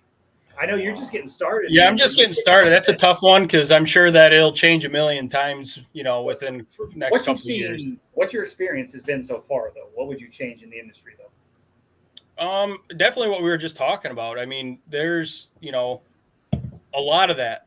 A lot of, you know, everybody's like, oh, you can't do this, you can't do that, or whatever. And, you know, I've had a couple local butchers when we were first talking about getting into the business, you know, putting our own up. I reached out to him, just kind of asked questions and stuff. And the one guy, he's like, yeah, come over and check out my shop. He's custom exempt right now, but he's going USDA. So it kind of worked out because he got to pick my brain because I've been in USDA, you know, slaughter facility. So he's trying to get information for me. I was getting information for him because he's been in it for about 5 years and he's making the transition over to USDA. So it was kind of nice. He's fairly fresh and he gave me a bunch of contacts because New York State was not helpful at all. Like at all. No. Again, I'm so shocked to hear that. No answers, no from nothing. So I got maybe you should have tried California. I bet they'd have been better. I think we're in a competition. But yeah, I think that would be the biggest thing I change in the industry. Business wise, I'm not sure yet for my own business. Yeah, that's okay. That's okay, man. There's a lot to do. Tiffany, what would you change about your business model or your business? My business model, I mean, for one, I love it for the most part. There's a lot of little nitpicky things like about the trailer. I'd like another AC unit. I don't like the caulking in this trailer. Like they literally put the fenders together with caulk. And yeah, man. And it went through a tornado, and I'm just gonna tell you, I'm pretty sure it's total. That was a wild fucking little couple days there too. That's a whole nother story. That's just anymore. I just wake up and I'm like, of course that would happen. You know what I mean? Like, why not? Like, why It not? was wild. Like, I'm going to tell you right now, if you ever are in a position where you've got Tiffany Baxter on Snapchat, because honestly, you're the only person I have on Snapchat. I would delete it if it wasn't for you. But I keep it because some of the shit that you send me, it'll be like, yeah, there's currently a tornado going by. I'm supposed to be slaughtering animals, but I'm hiding in the house with my customers. I just hope my trailer's okay. And then 20 minutes later, there's 17 trees down, but I think my trailer's okay. And then it's 2 days later of like, I finally got my trailer out of these people's place. And I'm like, yeah. So that was crazy. But yeah, so I would like, back to the question, I would like to have a little better built trailer. I'd like a shorter truck. Right now I still use it for the bee removals. So I would like to shorten that truck up a lot. Like I've got an 8 foot bed and a crew cab pickup truck. So if I had a flatbed, overcompensating? Cab, nah. Sorry. Anyway, so I would like to shorten it because that really would make it much easier to get in and out of some places. But other than that, like the stuff that I'm going to improve on it, I kind of designed it that way. Like I put a lot into the bones of it, the rail system and the actual crane winch system I've got going on is really cool. Really, really proud of it. But like, I'm going to have to upgrade the generator. Once I upgrade that, I can upgrade to a different grinder. I have to be careful because I need single phase. I can't have, that's the hardest part. Nobody talks about doing mobile. Like, the electrical. Yeah. And like those 4 items, the generator, the bandsaw, the grinder, and vacuum sealer, honestly, that's 6 figures, y'all. Like that's 6. And that's, you're limited in all of your grinding, your saw, your packaging equipment by your generator. And I mean, let's be honest, generators are not cheap. And the bigger generator you get, the more fuel you spend. So we're not even talking about jumping in the 3-phase, which is the majority of used butcher equipment you get. Even single-phase shit. I mean, you're talking using small shit. The single phase, I'm looking at 17,000. That's the cheapest, like I can find with a reputable brand. Yeah, so that's more than some vehicles I've spent. Oh yeah. 100%. For a generator. 100%. Yeah, the just generator. So you can run your shit while you're working. It's so stupid. So, I mean, I designed it where I could slowly upgrade all of those items, over time. Like I'm going to probably get in the next few months, ideally, cross my fingers that we don't have to spend money elsewhere. Because honestly, every bit of profit has gone back into the trailer at this point. Like people think I've got money because they see the trailer and I'm like, no, I got debt, baby. But we all got debt. Wait, you would buy all that outright? We're in the meat industry. We all have debt. Yes, we all have a lot of sores and pains and very tight muscles, I imagine. It's really hard. The hands. How are your hands feeling? Are your hands right now? Yeah. Yeah, they hurt so bad. So I would change, shorten the truck, upgrade all those little small items, of course. Yeah. I want to put like a partition from the AC unit so when the ramp is down, I can run those ACs, cool it off faster. But what you're saying is don't skimp on equipment. And then even when you do buy the good equipment, you're not going to know it sucks until you've used it long enough to realize that it sucks. Yeah. Truly. Yeah, we're doing single phase in our shop just because it's so expensive to get 3-phase out where we're at. Because we're not by any big cities. Everybody thinks New York, you're New York City, and we're not anywhere near a big city. Like I think Olean is one of the biggest ones around here. And I don't think I've ever been to a single rural customer's property where they considered sending something up that they actually had access to 3-phase. Yeah, I think we looked at it. Or go ahead, Joe. I'm sorry. Yeah, the one guy told us, the guy that I actually went and checked out his shop, because that was the first thing I asked him. I said, "You got 3-phase out here?" He said, "Oh no." He goes, "It was $60,000 for the power company to run 6 miles of 3-phase." Shit. And I think the closest to us is 4 or 5. So we would have been right up there, you know. That's to run it. That's not even to hook it up. Yeah, that's just to run the new power line out. Yeah. And that's it. Yeah. That's not But the then on single transformer phase, it's and all the damn near extra stuff that impossible. comes with it. It was going to Then be you like don't think 10 about for us, and Like, we so were all- literally on the road. So And our all of neighbors the- have 3-phase because they have a heavy equipment shop. Like they have 3-phase. It would have been Mhm. 10 grand to run it 70 Next door? feet. Like, yeah, like literally there. And it's like, but we found a reasonably priced 3-phase converter for Yep. our grinder. How much did it run? Those you? aren't awful. Like, I mean, it's a couple. I think it was like $300-400. Like, That's actually really cheap. it wasn't bad. And I've got a 250-pound capacity Hobart, like that I got for $400. Yeah, and then people don't But- tell you that how hard it is to deal with that, because everything used, that's like most of your used meat equipment is retail, and most of it is 3-phase because it was in a supermarket or a big Mhm. processing plant. So your grinders, your saws, mostly 3-phase. Mhm. So you're looking at one of two things. It's either going to be I get a single phase and 3-phase converter, and I don't know. Kyle must have fucking known somebody, because I've heard everything from $1,200 to $3,000 to get a single phase converter. It just Single phase, depends on. 3-phase. You can get like what Kyle probably has. It just runs your grinder and that's it, right? Yeah, that's Yeah, it. Yeah. yeah. It's a that's single all it's gonna unit do. one. Yeah, The, it's a single the unit. bigger ones you can run your whole shop into 3-phase. Right. It depends on what you're doing, and a lot of times for folks, it's actually cheaper, like especially with a bandsaw, to actually find a single phase motor of the same horsepower that's similar that you actually just have a machinist replace. Maybe they gotta move a mount or something, but it's actually cheaper to get a new motor sometimes than it is to get a whole new fucking to even get the converter. And the other side of it is with those converters, you still have a power loss in the end Right. from the conversion. Like there is a resistance in that, so it still doesn't work as well as it would on the 3-phase, even after you forked out that money. Kyle lucked out because he basically, I don't know, his sugar daddy gave him a whole butcher shop for like dirt cheap or something. It's ridiculous. And, I'm not going to say anything because we kind of fell into a smoking deal for all our Yeah. equipment that I just went and gone through. So I'm not gonna knock him on that one. Yeah, right. it's nice. So- it feels nice when it happens. It's like, wow. right, That's my Kyle, whole what shop would you change? for What would you $1,400. change? That should happen to me. Of all of these so sorry. people here, It feels What's amazing. up? I'm so sorry that hasn't happened yet. what? What did you guys do? What did you guys do? Okay, all right. Tell me in private, because I'm pretty sure we can't actually talk about it on the podcast. Whatever you did to get the cheap deals. No, Kyle, literally, though. my old manager was about ready to quit.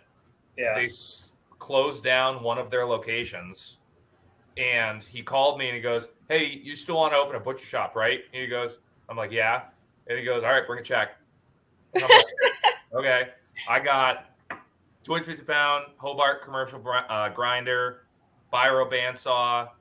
I think my cut table is 15 feet. A metal table, commercial freezer, probably 15 lugs with matching lids and a deli slicer, Hobart deli slicer for $1,400. I got $300,000 worth of equipment for $14,000. Yeah. Exactly. Yeah. Yeah. Thank you, Tiffany. Yeah. So Kyle, Thank you, Mr. Budget Butcher Shop over there, what would you change about your industry? And don't say the price of fucking getting started, because we're all gonna fucking come show up there and beat you. No, I would honestly at this point have a bigger cooler. I wish I made it double the size. Yeah. You can never have Right big- now, my cooler's only 14.5 by 5.5.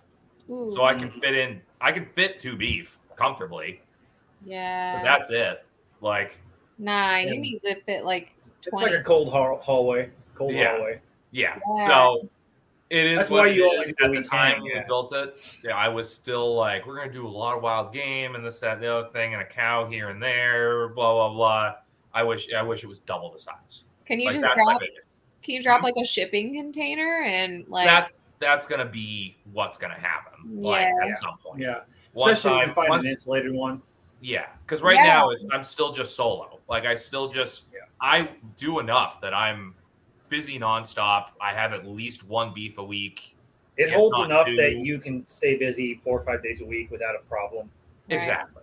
Yeah. So it is what it is. And then other than that, a bigger cryovac. Because right now I'm sealing whole cows on a 12-inch bar chamber sealer. Hey, mine's only 15. I feel you. Oh. I feel you. Actually, I like mine so much that I'm probably just gonna buy a second one. I'm not even gonna. Well, that's what I thought about. I really like mine because it's what is it? The Vac Master. I So, forget the yeah, model number, but I it's was the gonna maintenance-free one.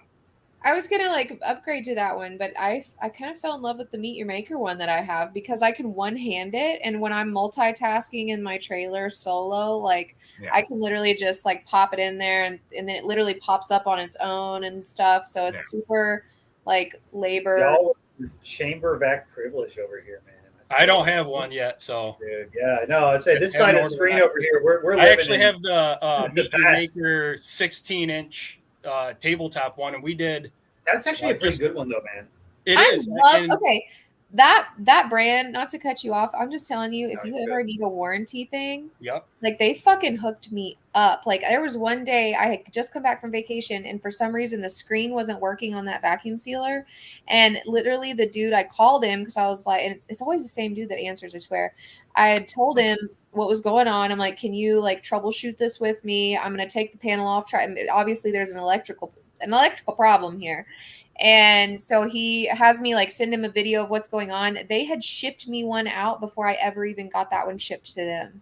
So he had that thing. He had me a new one in like 3 days, warranted it, no questions asked. So like, I gotta say, hands down, like Meet Your Maker has been an incredible company. I have been through hell with Cabela's. Don't get me started on a tangent. Oh, yeah, no. Yeah. Can't even go there with them. Like they're such shit, and I have yet to really read them publicly online. I'm gonna wait until I have such a big following that they actually like do something about it.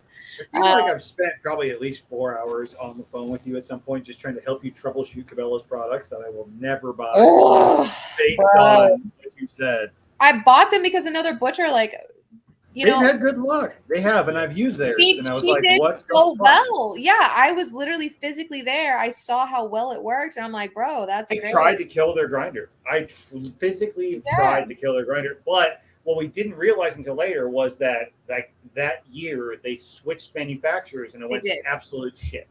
So the new Cabela's grinders, if you buy a new Cabela grinder now, it is not the same as it was like 3 years ago.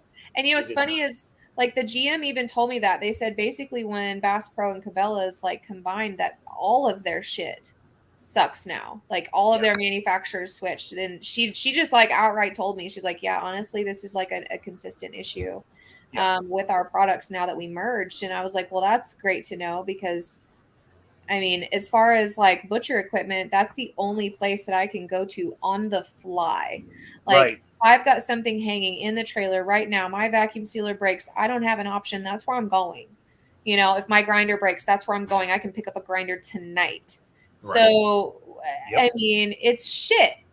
It's shit. It's a shitty situation. Fuck those. It is what it is. It is what it is. But Meet Your Maker's amazing. So highly recommend. They are. They really are. And I am going to look here in the background while we are chatting because, believe it or not, I have an affiliate code. So I'm going to post it in the fucking chat. I've actually got an affiliate code for Meet Your Maker stuff, even though I don't own any of their products. I've used it.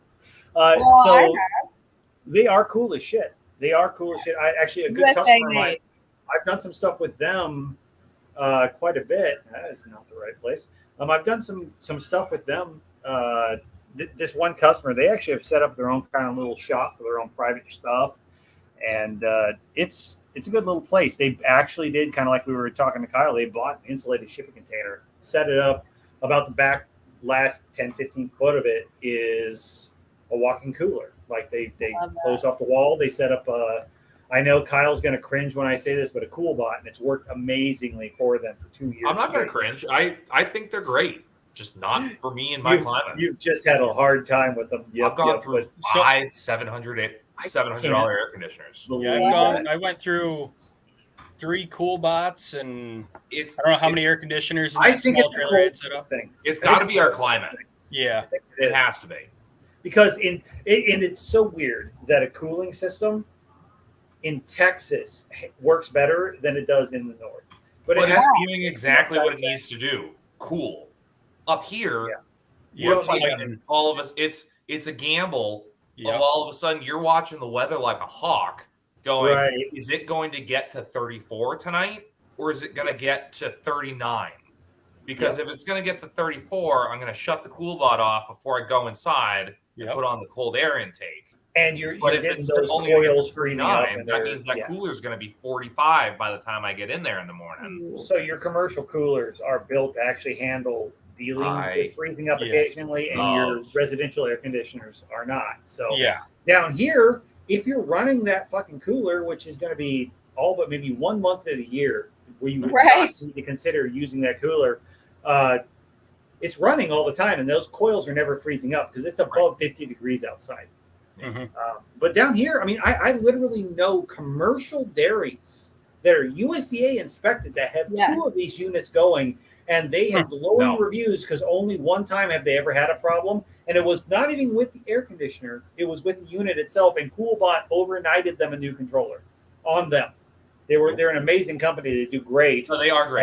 They are great, but I wouldn't trust them for that. I warned these guys that I'm like, look, you're risking all of this beef and whatever you're doing on all that, whatever it's worth to you on that and whatever air conditioner unit you're doing. So what they did was in the back half of it, they set up one like 1500 BTU air conditioner for that like 10 by 15 space, and then another one to cool the unit while we're working. It's the exact same unit and still having issues. They have the exact same unit in either ones, and they said if anything ever happens, we're going to rip the one out and slap it in the other one, and it's the exact same thing. We know it's going to fit and it's going to work. So, and it works. If you're doing anything to scale, spend the money on. If you're going to be doing a it full commercial time, unit, if you're going to do the best decision I ever made. If you're doing 5 to 10 head a year, or you're just doing a little wild game, you're doing it seasonally. Yeah, cool bots are it's fantastic. Probably not worth the money. But if you're going to do it full time, you should just get the commercial because you're going to have the warranty. You're going to have the guy that's going to come take care of it. He's going to set it up. You're not going to have to worry about it. No. This is the first time 90% of people who are watching this podcast are not doing it commercially. No. I'm going to post this there. This is to one of their vacuum sealers, but anything on their site would be an affiliate code. So there we go. Who else has some shit? Well, what were you about to say, Tiffany? It was the first time what? That's the first time I've heard about CoolBots being like problematic. Everybody up here loves it. It's only northern people. And that's the weirdest thing that a cooling product is better. It has to be our climate. It really just does. Yeah, everyone I agree. know.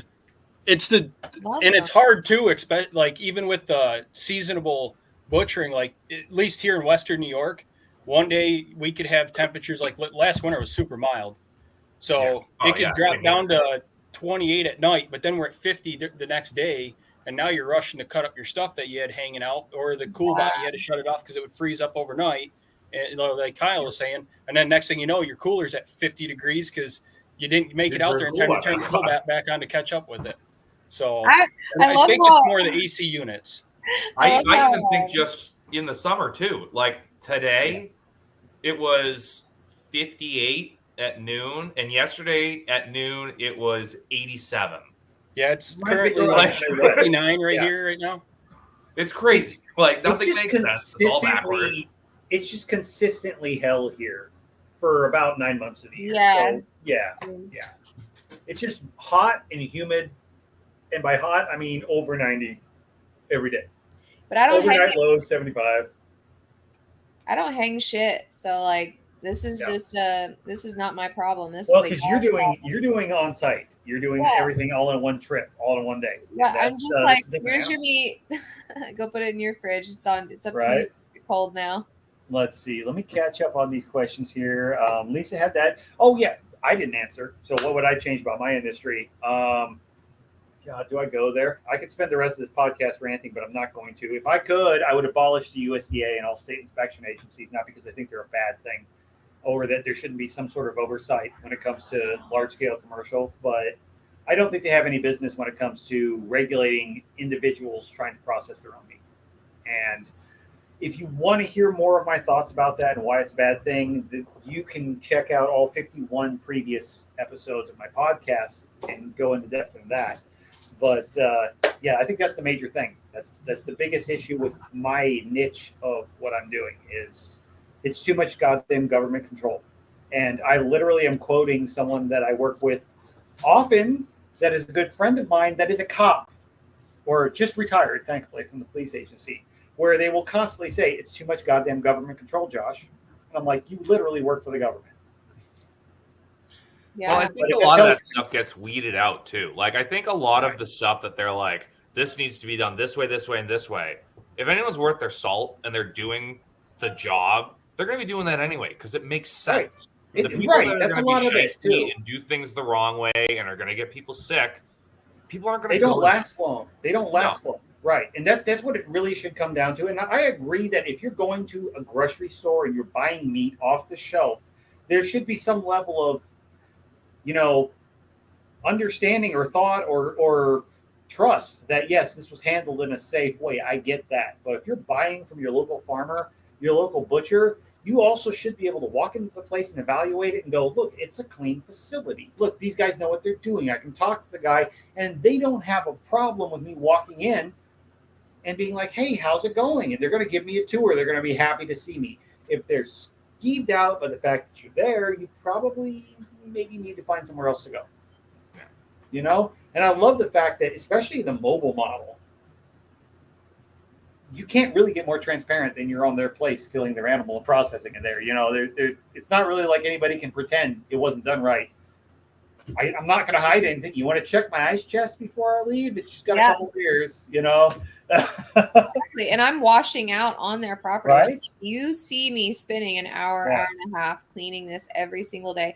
That's why I laugh. I laugh so much at, like, especially TikTok, where I've got a little bit of a following, and all these people double the following I do. Don't say a little bit of a following.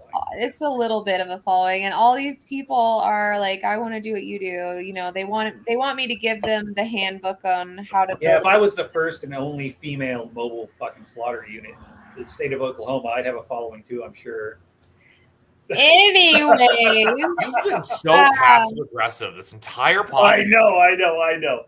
Anyways, as if I'm not a badass bitch. But anyway, all these people are like, I want to do this. I want to do what you do. And I'm just like, spend one day in my shoes, bro. One day. Because not even just the initial investment. Like, Josh and I have talked about it, but it's like, people have no freaking clue, like, what I am, like, up against every single day. It is exhausting. But it's just so funny that, like, everybody thinks it's so easy. They think spend one day and then spend the day in my shoes the next morning. Yeah, I hurt. I hurt. I require a large amount. Yeah, I require a large amount of marijuana to go to sleep every night. Like, it is a requirement for my body and my soul. Like, I have to have it. It's just because we didn't even talk about dealing with customers. Like, don't even. Everybody just groans at the same time when you say that. Everyone just did the same thing. There's always that one, man. There's always that one. Even with what I do, like, there's no denying it's your animal. There's no denying. Like, I make it as transparent as possible, but there's still always, like. There's always somebody that knows your job better than you do, even though they paid you to show up and do it for them. Don't get me started. I'm a woman. Everyone thinks they know more than I do. Okay, I literally do it your fucking self and save yourself the money. What the fuck are you hiring me for?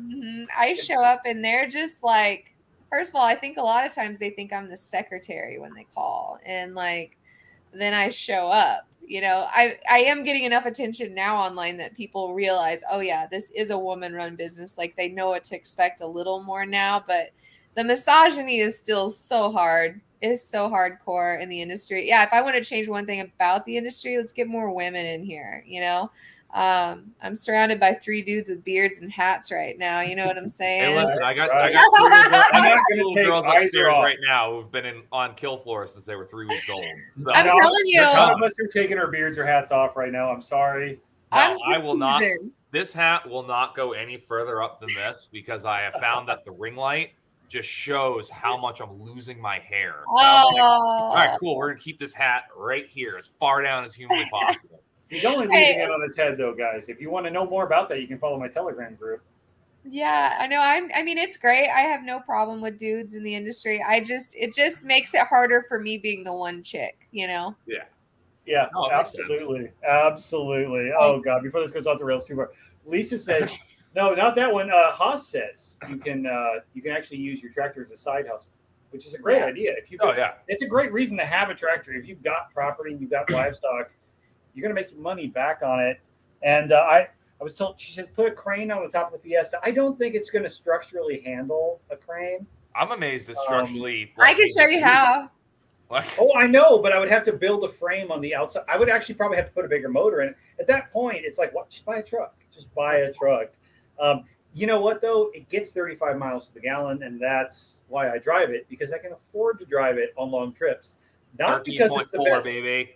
Not because it is the best for what I'm doing. It's because it's the best that I have. I get 11 miles to the gallon, and I only charge 2 a mile. I've got to change that. Yeah, you do. Yeah, absolutely. Let's see here. Who else? Tires. Here. Oh, Rachel popped in. She said, "Better late than never." And then, just want to make sure you hit likes all the way out. Yes, if you're watching, hit the likes on the way out. Appreciate it. Thank you, guys. And heck, we got 8 people watching now. We only started out with 4. So if you guys have any more questions you want to throw out before we wrap up, man, we've been going for like an hour and a half. You guys have any thoughts that have popped up in here? Do you guys have any questions that have come in on your socials that I missed out on? Or anything you get asked? Recovering from my pig. I should have ran live on TikTok. I need y'all all to get TikTok. We can run live on. I thought about doing it, but I've got a TikTok. But you have to have at least 1,000 followers. I think 1,000 is it? Where I have no idea. Yeah. I didn't even know that. I didn't know there was a minimum. I thought you could just anyone could. I was on TikTok for like 4 years and didn't do anything with it, and I had enough followers, so I didn't pay attention until Brian was dealing with it, and he had to fight his way up to enough followers to actually be able to go live. I didn't realize what was the thing. I hate to say it, but you're female, so you had enough followers like day 3. That's a thing. That is the only thing you have. That's the opposite side of the misogyny you mentioned. But it was my sparkling personality. Thank you. Absolutely. And I'm sorry I am far lacking on. I'm sorry you didn't think of a video walking out to Goodbye Earl, and I did. Okay. That was a great video. That is my video. You hit that about what? But nobody. You were at about 43,000 followers when you did that one, though. 4,300 maybe. Yeah, I've only got 8,500 followers, but like Jesus, you have 8,500. Holy shit. Yeah. I've never even been on TikTok. Yeah, I see videos between my wife and my best friend. I see enough TikTok videos. I don't even need to actually have my own. Yeah. I literally posted one video of me slapping a pig's ass to a song that said "begging for mercy," and that's it. That's it. We have all. How many followers did you get from that? If you've ever been on the Telegram group, you've seen the GIF little clip of that. Well, that's the other problem. So I have all the YouTube videos and everything. So this dickhead, he'll go on the YouTube. You actually asked me to do that. Don't act like you did. There was one that I asked you to. Wow. But he'll go in and just make GIFs out of my videos. Yeah. Yes, I will. There's one where I was showing the melting content, the melt point of a pork shoulder, like the fat I was working on. Yeah, that one. That's fucking hilarious. I need to see this now. See, dude, you need to join the Telegram group. I'm not. I've been telling you, Josh. Send it to her right now live because it's gonna be right. I will have to try to see if I can find it. You know, it's so like overwhelming though, because between like Facebook and TikTok are real busy for me, like real big. Right. And then Instagram, I really just cross post to. I've got maybe a couple hundred followers, but then after I get done doing all that and then butchering and beekeeping and having my farm animals and like doing it all completely 100% by myself, I'm just like exhausted, you know, and then I've got like lawsuits going on simultaneously. I've got 2 of those. And then, I was just saying, I like how she uses the plural there. Yeah, my neighbors are problematic. They've tried to shut me down since I started. You know, that's really been something like I've been dealing with privately. I haven't really talked about a lot because it is going to court. But they're stalking me at this point. They go through my trash can and they take photos and videos of me outside when I'm home. And it's just unreal at this point that like claims are so outrageous. Like my pigs gave him bacterial pneumonia. My chickens gave him lung spots. He doesn't even live next to me, bro. And it's like, what the fuck is by the time I deal with all this shit and then I come home and and it's late, like not to mention the fact that I'm regularly spending 2, 3, 4, 5 hours driving, you know, on top of like I'm exhausted. And so like my house is a big ass mess. Like I haven't cleaned it and I don't know how long, like just adding another, because I really could use a YouTube, honestly, because everything, like so much of my stuff gets taken down for violent and graphic content. That's so annoying. I'm like, really? Because I can post a picture of a carcass, right? And that's not okay. But once I like cut it down into quarters, or if I cut it into, pull the loin out. TikTok, the first 3 years it's that of it, one. Yeah, it's that one step removed that it still might be an animal. We need it to make sure it doesn't look like it came from an animal. Oh, it's an animal that, I saw blood. Like you literally have a carcass hanging and you're fine. But no, it's an animal that's got blood on its hide and it's not. I need to get on YouTube though, and I need to get on your Telegram deal. It's just like I said, it's overwhelming already. You have to go through, and I've got 2 business accounts for all of those, by the way. Well, the Telegram group, and me and Kyle have talked about this a little bit too, multiple times. It's fun, and granted, it goes off the rails sometimes. People are a little bit wild, but it's fun in that it's. I don't know anything about that. It's more of it's a private family group friendly of people content. to hang out and chat. Okay. The idea is basically a bunch of people who are interested in learning to do this and a place to show up and talk and collaborate without being like shut down and censored, hopefully, and just kicked off of social media. Yeah. But a lot of the conversation basically becomes that like when you're hanging out at the butcher shop and you're around, because you've worked at places before, you just bullshit people on the block, and you know how butchers are. But it's like that, just hanging out and bullshitting, and it's honestly like kind of cool. It's stress relief. It's almost everybody there's like family. Sometimes it's a little all the wild. people that are interested in this content, but all no the people that are usually interested in this content are freaking nuts. So all of a sudden we get on a tangent about something, and then like pizza orgies come up, and God only knows that what was else only happens. Today. Okay. Yeah, that was my today. group. That wasn't in my group. Okay. Oh no, that was Brian's group. That's right. It sounds hey, listen, we've gone down fun. some deep rabbit holes in your chat. We have. Yes. But Lord. like I know Joe can speak to this too, like with the YouTube channel. It's a lot, like especially if you're doing a lot of editing and stuff, like it's a lot of work. It's work. Depending on the length of the video. If it's like if I'm doing like a beef breakdown, I'm editing 2 hours of footage down to Why do you think I only do live minimum of 40 minutes. Like, dude, it's crazy. I do that with TikTok. Oh, bro, I've had some Facebook posts that I sat down and wrote, and I had to write it in a way that I knew, like, you just know the controversy that's going to arise from it, but you need to address it anyway.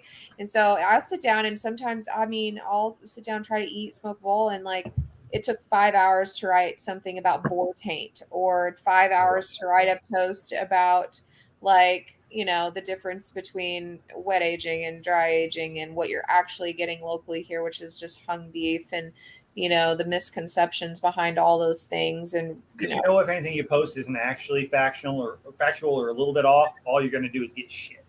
Yeah, so you're like over here researching just double checking facts, putting in statistics, trying to look smart, referencing everything. Throw a good photo. That's the problem. You're trying to look smart. You should take my approach and do the exact opposite. Well, Kyle's approach is Kyle's like, I'm an idiot, just so you guys know. Yeah, I walk in with that. It's like, hey, I read at a 3rd grade level.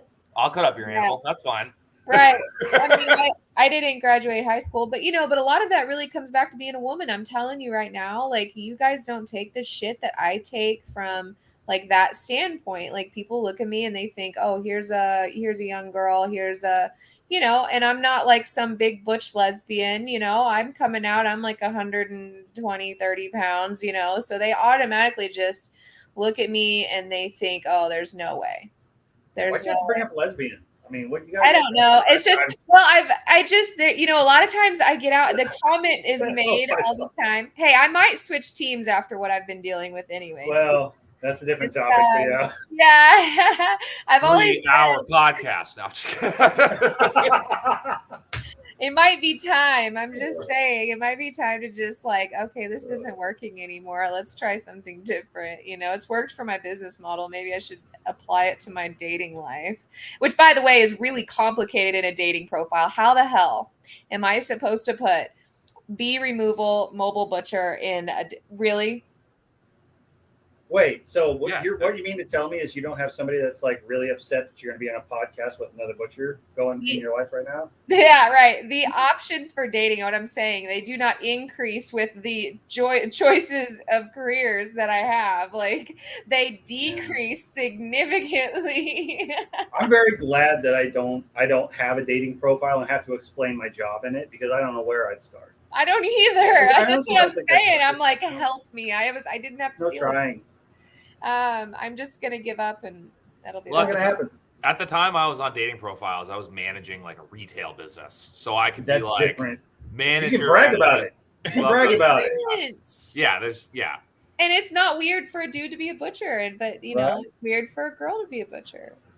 So they Lisa question. says she's now on a list just from listening to this show. Well, yeah, I Lisa, believe you've it. been on a list for Probably. a long time. If you You're a subscribe to long-time this listener to both. If you'd me like to be and on the Josh. list, not only can you subscribe to the show, if you go to renegadebutcher.com, you can sign up for my list. I'm just kidding. Hey, I come on your stuff anytime you want me to come on. Just say hey. Right. I don't know what on earth Rachel was trying to say here, but I had to put it on the screen. I have a feeling maybe there was a She's little trying bit- to say that boobies get more followers online in real life. I think maybe she's You know what? throwing her hat in the ring for being My lesbian maybe girlfriend. getting Tiffany to switch teams there. I Look, think that you might know be what? going on. If that's the only advantage that I get from being a woman in this industry, then I'm taking it. Okay. Hey, right. You guys got all the rest of the advantages. I am undermined all the time, so Right. I'll Lisa take says the she grew one up with thing I producing get. livestock, but yeah, being female is interesting at times. She runs the sheep managing side, figures boys will be boys and prove the boys wrong. Yeah.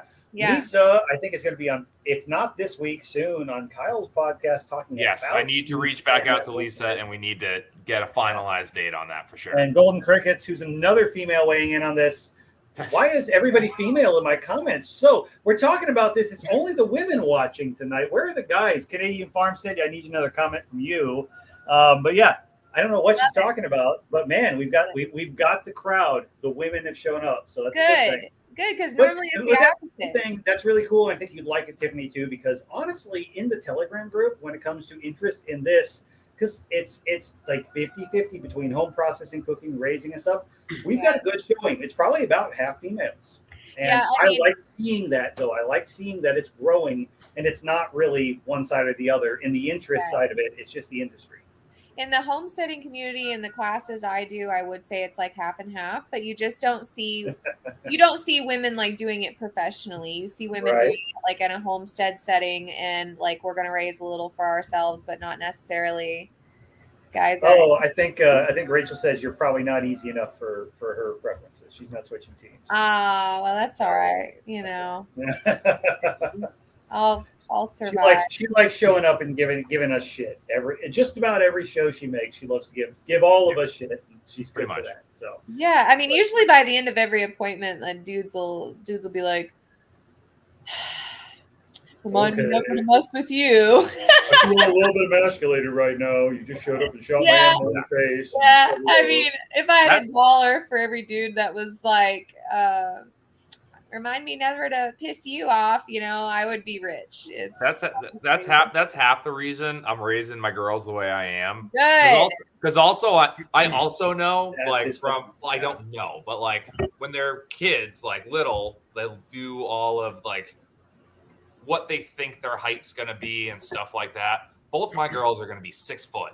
Like they're just going to be savages. They're gonna be like 7'3" fucking Viking women that just show Exactly. And if models. my daughter at 4, if her knife handling is any example of how she's going to be at like 20 with a knife, it's going to be so goddamn funny. I love it. But it's also like, I'm pretty sure we've talked about it on the show before, but I've talked to my wife about it. My wife was a vegetarian when we got together. And like, she was a vegetarian up until she was pregnant with our first. Like, and then she was like, I need steak in my life, or I'm going to murder everyone. But, and we're on both spectrum. She's a ICU nurse. She went to all the schooling. I barely graduated high school and shoot animals in the face for a living. Like, so these kids have prime examples on both ends of it. But That's the way awesome. I've put it, it's like, okay, so all of a sudden now you're 14, 15. You don't have to go out and get a job. You're going to work in the shop with me. You're going to learn a skill, a trade. Say you don't want to do this forever. Like, you don't want to do whole animal butchery for the rest of your life. Perfectly fine. You want to go to college? Awesome. Well, guess what? Now you don't have to go get a part-time job making $15 an hour or whatever as a barista. You'll always have a job. You can walk into any grocery store near your campus and look at the manager and go, give me a cut test. I'll outcut every butcher you have. And they will. And they'll laugh at you, but you'll outcut every butcher they have. Yeah. Right. Then they will. Doing it. Yeah. So it's how we're raising our kids too. Not even to mention, like, that's a life skill. If for some reason, you know that your kid's never going hungry at that point. Like, that's got to be something. Like, I don't have kids, but I mean, I have a niece, and she's going to learn how to do it. Just, like, if they don't want to do it, that's fine, but you're going to know how. Yep. Just in case, because the amount of jokes that have come of talking about when Kyle's girls come of age and start dating, and how that's going to get handled the first time. In the Telegram group, that's been amazing. Like, just the ideas and stories and discussions of like that first time when they bring the boy home and dad's gonna have a cow hanging from a tractor, and it's like, how's that gonna go? I already told my wife that once they get to like 15, 16, I'm just gonna start adopting old dairy cows and just have them, and I'm gonna be like, oh, so and so's gonna pick you up around what time? And about 5 minutes before he shows up, right in the middle of the driveway. Because what it's going to do, what it's going to do is it's going to definitely figure out what side they're on. Either it's going to scare the shit out of them and they're never coming back, or they're going to be like, do you need help? This is awesome. Then we'll end up hiring him, and then when they break up, it's going to be super awkward and really funny. Yeah, I always told my daughter that if she ever a kid wants to come here to take her on a date, he better show up with shit kickers on, a pitchfork, and a shovel. He's cleaning the barn before you guys leave. Oh, absolutely. If he sticks through that, we'll talk about it after. Nothing fucking makes the best first impression, like showing up dating this girl, and her dad's like, "You ever gutted a cow? You're gonna learn tonight, boy." I am so excited. It's not even funny. You step out of the shop covered in blood, holding a knife. I wish I'd have had that as a kid. I grew up in the city, so I learned as an adult. Well, and that's the fun thing. I think I don't know about you, Joe, but I think every one of us on here didn't grow up doing this. No, I didn't. Like, my great grandparents had farms and stuff, but we didn't have a farm. We lived in a small house we were in rural, New York. We lived in a small town. We didn't have. I think we had one stop sign. No, I think we had a pop machine at the local fire hall, and that's it. There's nothing. You drive through the town that I grew up in, and you wouldn't even know it was a town. Right. Like, there's more cows and wild animals than there were people. Yeah, I grew up in a town of 950 people, and it's like, why I wasn't in livestock? My grandparents owned livestock and shit. Yeah. No, I didn't ever even get into this industry until I was fucking in my late 20s. Dude, my family hated it. Like, I was in FFA, and they're like, "You're wasting your high school years wallowing in pig and cow shit." Hated it. Wouldn't eat my Thanksgiving turkeys I raised at Thanksgiving. Hated it. Like, talked down to me about it. They're like, "You know where I get my food? Grocery store," and just dickheads about the whole thing. So I don't know. I don't know if that made me like want to do it more. I would say. Probably. Yeah, Maybe. we're all a little bit rebel. Is any one of us here not a little bit rebellious? Probably not. Never. Yeah, I think maybe. No. No. Yeah, no way. No, we all.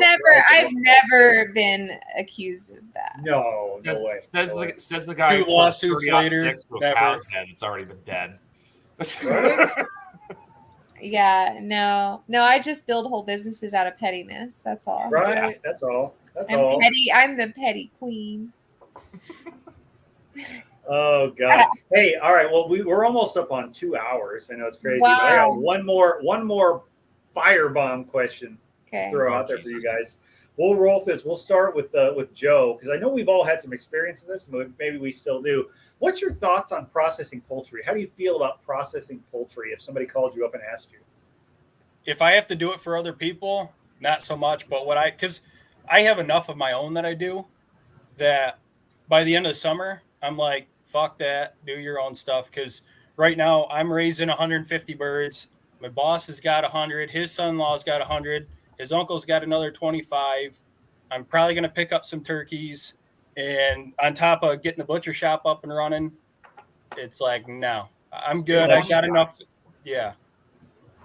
What do you think, Tiffany? I know you've done it professionally, Tiffany. You Yeah. built the business because of the pettiness from it. But what do you think about now? Like if somebody calls you up and says, "Hey," Yeah, like if so obviously it has to be sold as a classroom because the stupid laws here, but a minimum, 40 or 50 head, I don't mind it. I charge enough that it's fine. It's humbling for me. Like that's how I started, and I used to do 100 birds by myself every few weekends, and then I did 250 or so turkeys for Thanksgiving again by myself. So like that doesn't bother me. I do make the people help me though.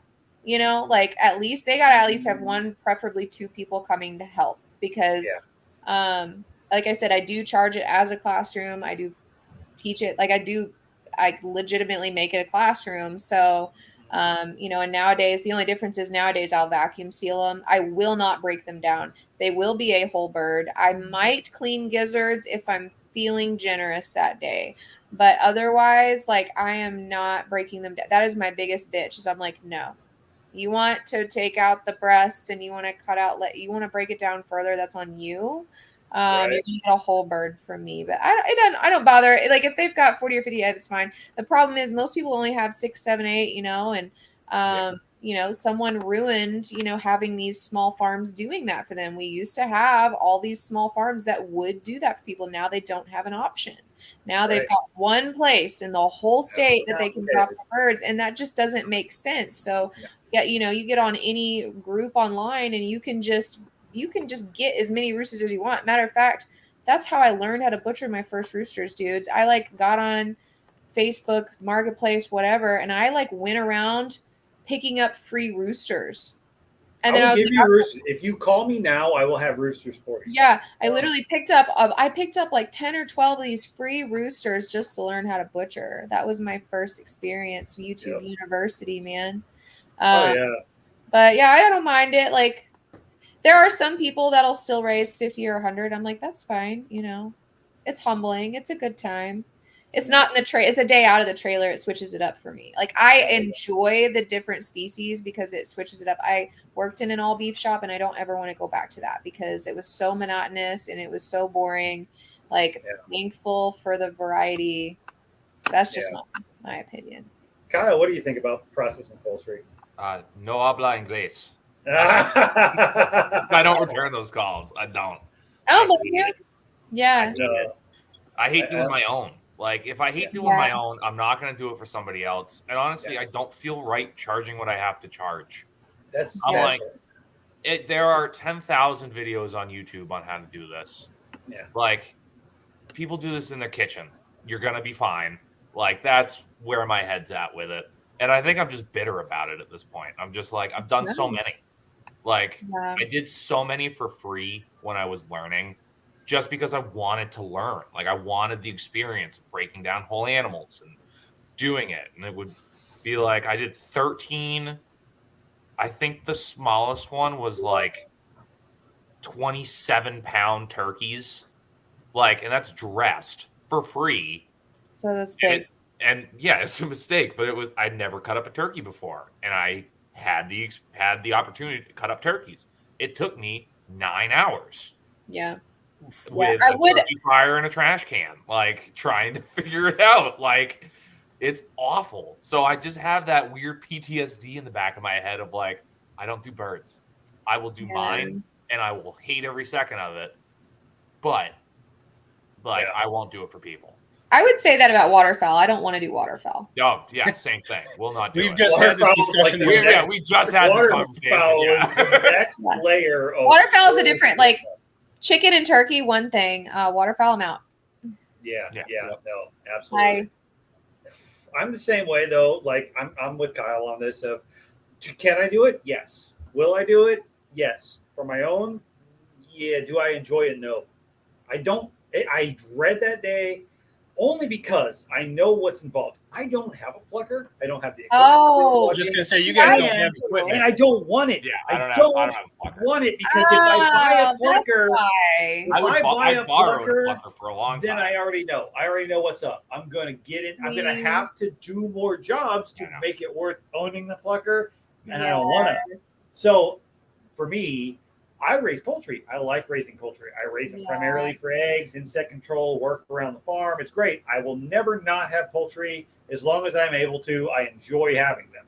But along with that comes having roosters and extra drakes and things like that you have to cull. Yeah. It's a chore. And when you do it, and when you're 5 hours into fucking roosters that you just don't even want to pluck, you're going to skin them because they're going to go in the crock pot anyway, and you're covered in blood and feathers, and you look at the 15 pounds of meat you just put aside, and you realize I could have put an entire fucking steer in the cooler in the time I spent, and I still have to clean up, it's a little bit heartbreaking at that point. And it's like, it's just hard to take the day to do it. And it's just, I don't want to get to the point. I have never raised broilers, and I don't want to because it is such a chore for me to do it that I'm like, and it's so weird to say that I don't enjoy doing poultry because that makes it sound like I enjoy the act of killing and slicing up other animals, but it's my job and I'm good at it.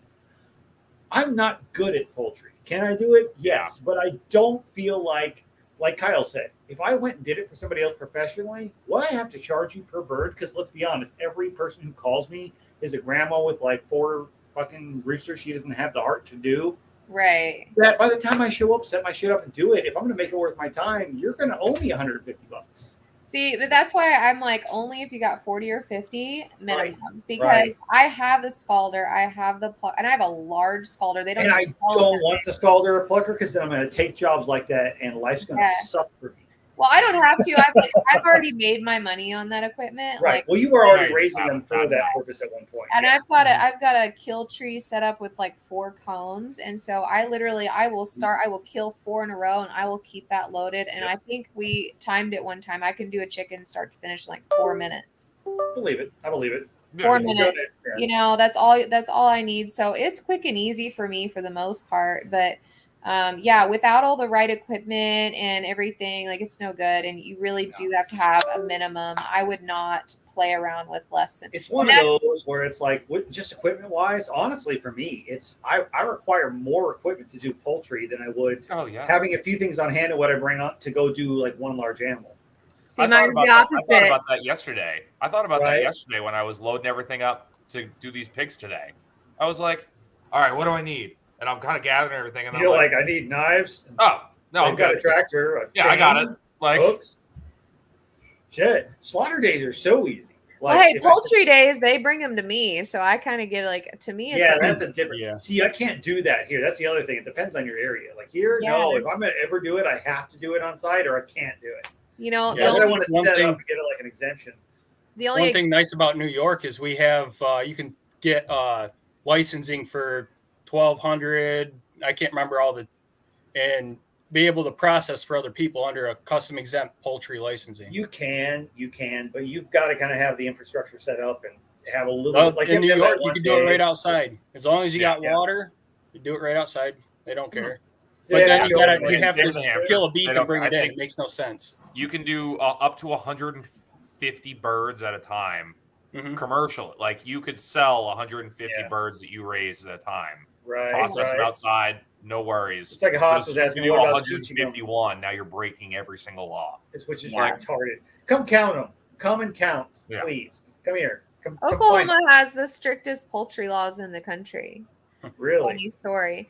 Yeah, that's how, like, there's, I think, 7 exemptions, poultry exemptions in the USDA, and Oklahoma only recognizes one, and then they scrutinized it even further. We can't sell poultry at a farmer's market.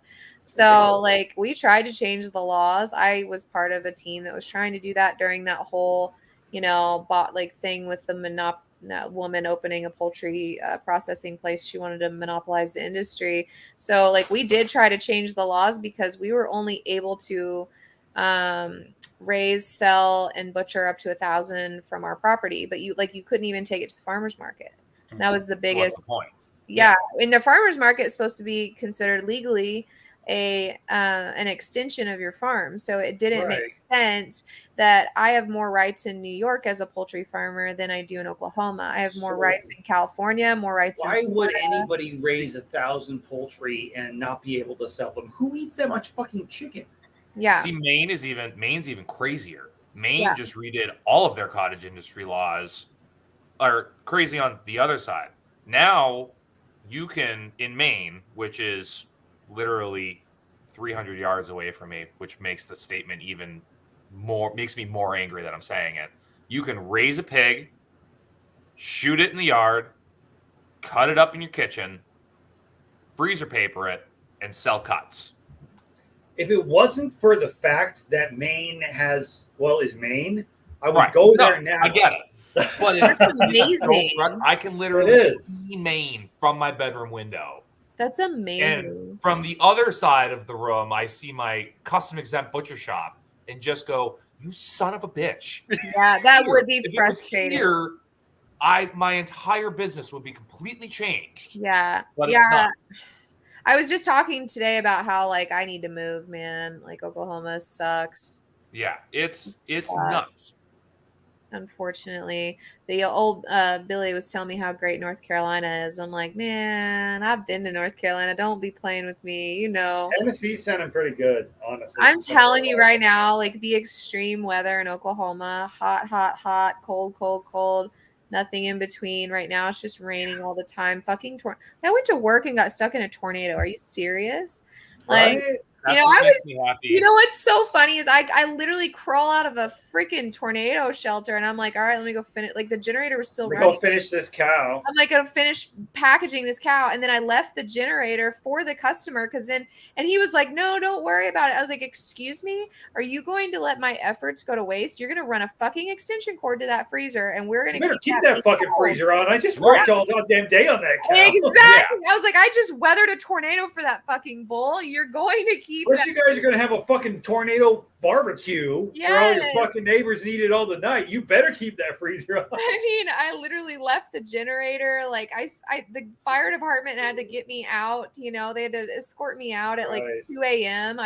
Luckily I had an edible with me and I was able to take it and go to sleep in the back of my pickup. But like, just the stupidest stuff. So I'm like, yeah, North Carolina looks pretty good. I'm in Texas. What's that mean? That's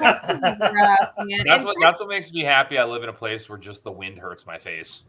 Yeah. Like, half the year, probably 2/3 of the year. I think the wind probably hurt her face when the tornado rolled through too. Well, that's true. Dude, honestly though, like when I'm working out, like especially in like last December, it was like 20-30 degrees.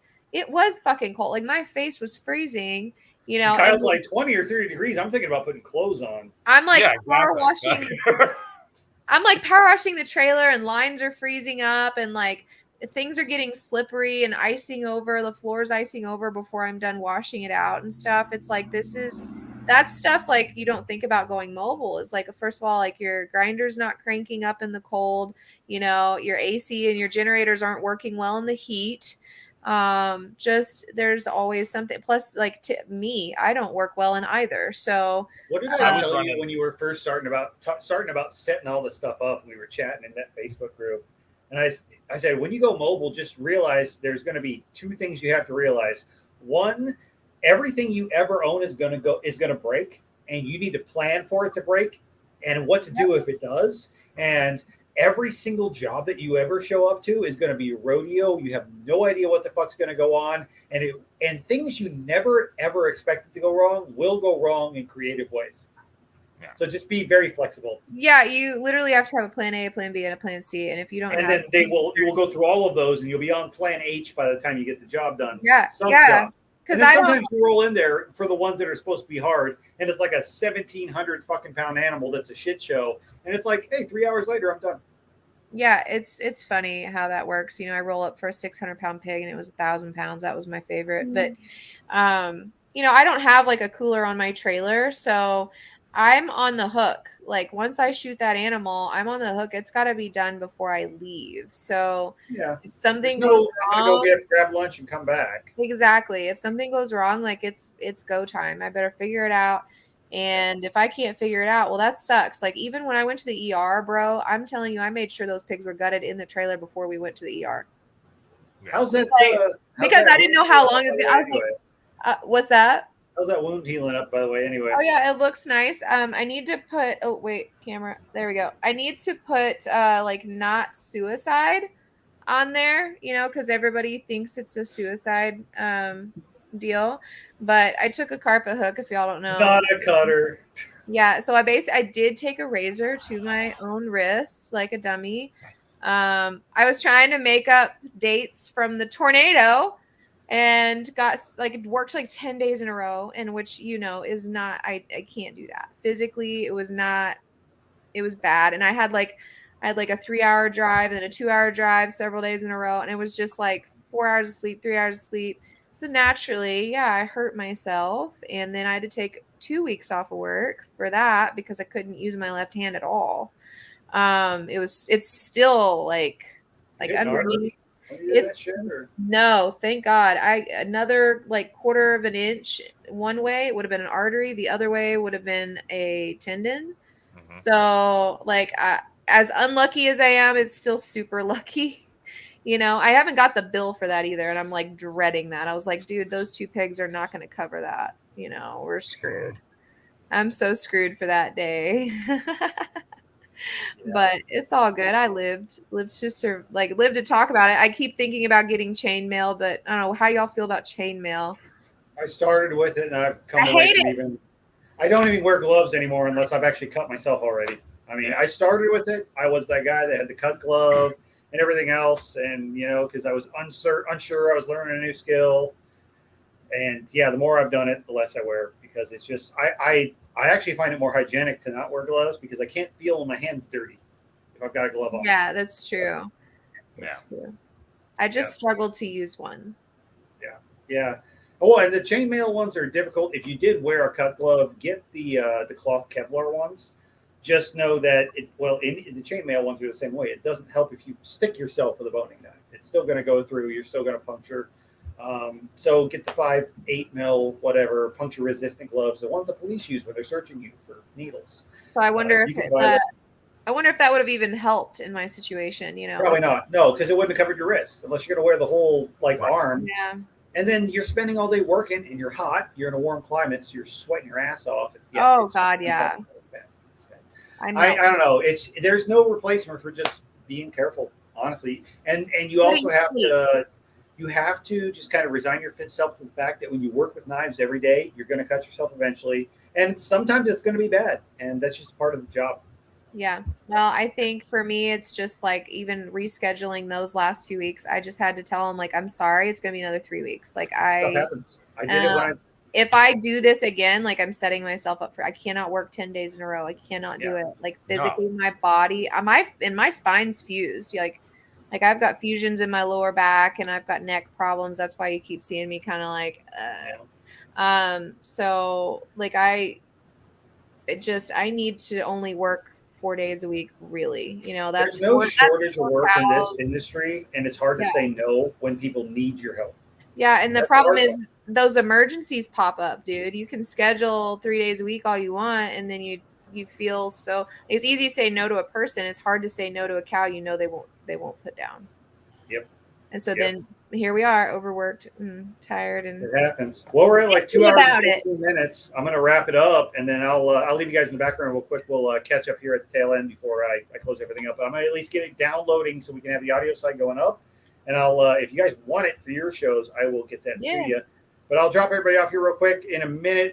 We'll go around real quick. If you guys want to just kind of give a little plug, if you got something new going on, or tell everybody where they can find you, if they want to catch up with you. Joe, where do we find you or find your podcast and stuff? We have a Facebook page. I haven't been doing much with that, but it's Blakeslee Acres on Facebook and Blakeslee Acres on YouTube. So yep. And I've got all of your guys' links for most of your stuff in the show notes. But yeah, if you can't find them, send me a message. We'll get you hooked up. Tiffany, I know you got a bunch going on.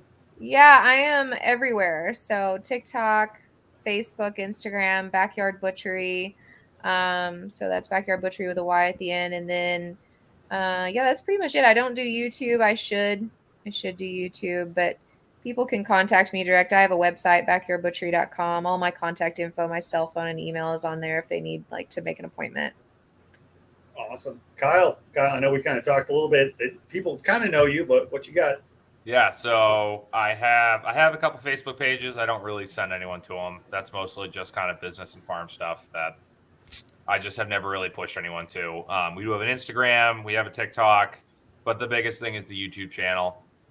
We're trying to grow that. I think I'm only, last I checked, 6 away from 200 subscribers, which is awesome. But after a couple months, that's the biggest thing, and that's where you can find all of our videos from working in the shop, breaking down animals, to building fence, dealing with random livestock fun. And then the podcast as well. That goes live every Saturday at 8 Eastern Standard Time. And then after that, you can find it on Apple, Google Play, Spotify, all that. Nice. And you guys know where to find me right here. It's Renegade Butcher everywhere now. RenegadeButcher.com. If you can't find me, you're not looking. As far as I know, I'm the only Renegade Butcher. If you run into another one, let me know so I can show up and beat their ass. But yeah, check it out too, guys. I am going to be over the next couple of months shipping out those seasoning of the month. So I'm going to get those blended up. If you're on the list already, I'll be getting you a coupon code or just getting with you and letting you know, finding out what you want. Kyle, I do need to find out what you want because you won that prize on episode 50. Well, you get a big one, and I've got the special seasoning. We'll get that out to you.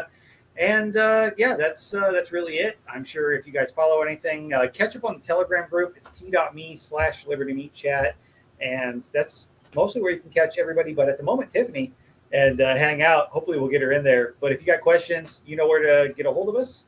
And we'll catch y'all next week, every Tuesday evening, 7 p.m. or 6 p.m. Central. Kyle, you get me on your time zone there. And I'll throw out other occasional podcast episodes, and I'll let y'all know when it happens. So, all right, guys, thanks for tuning in. It's been a long show, been a good show, but we'll do this again and hopefully get everybody back on the horn when we get a chance and schedules work out, because these are always fun. So thanks, you guys, and we will catch y'all later. Let me hit that in.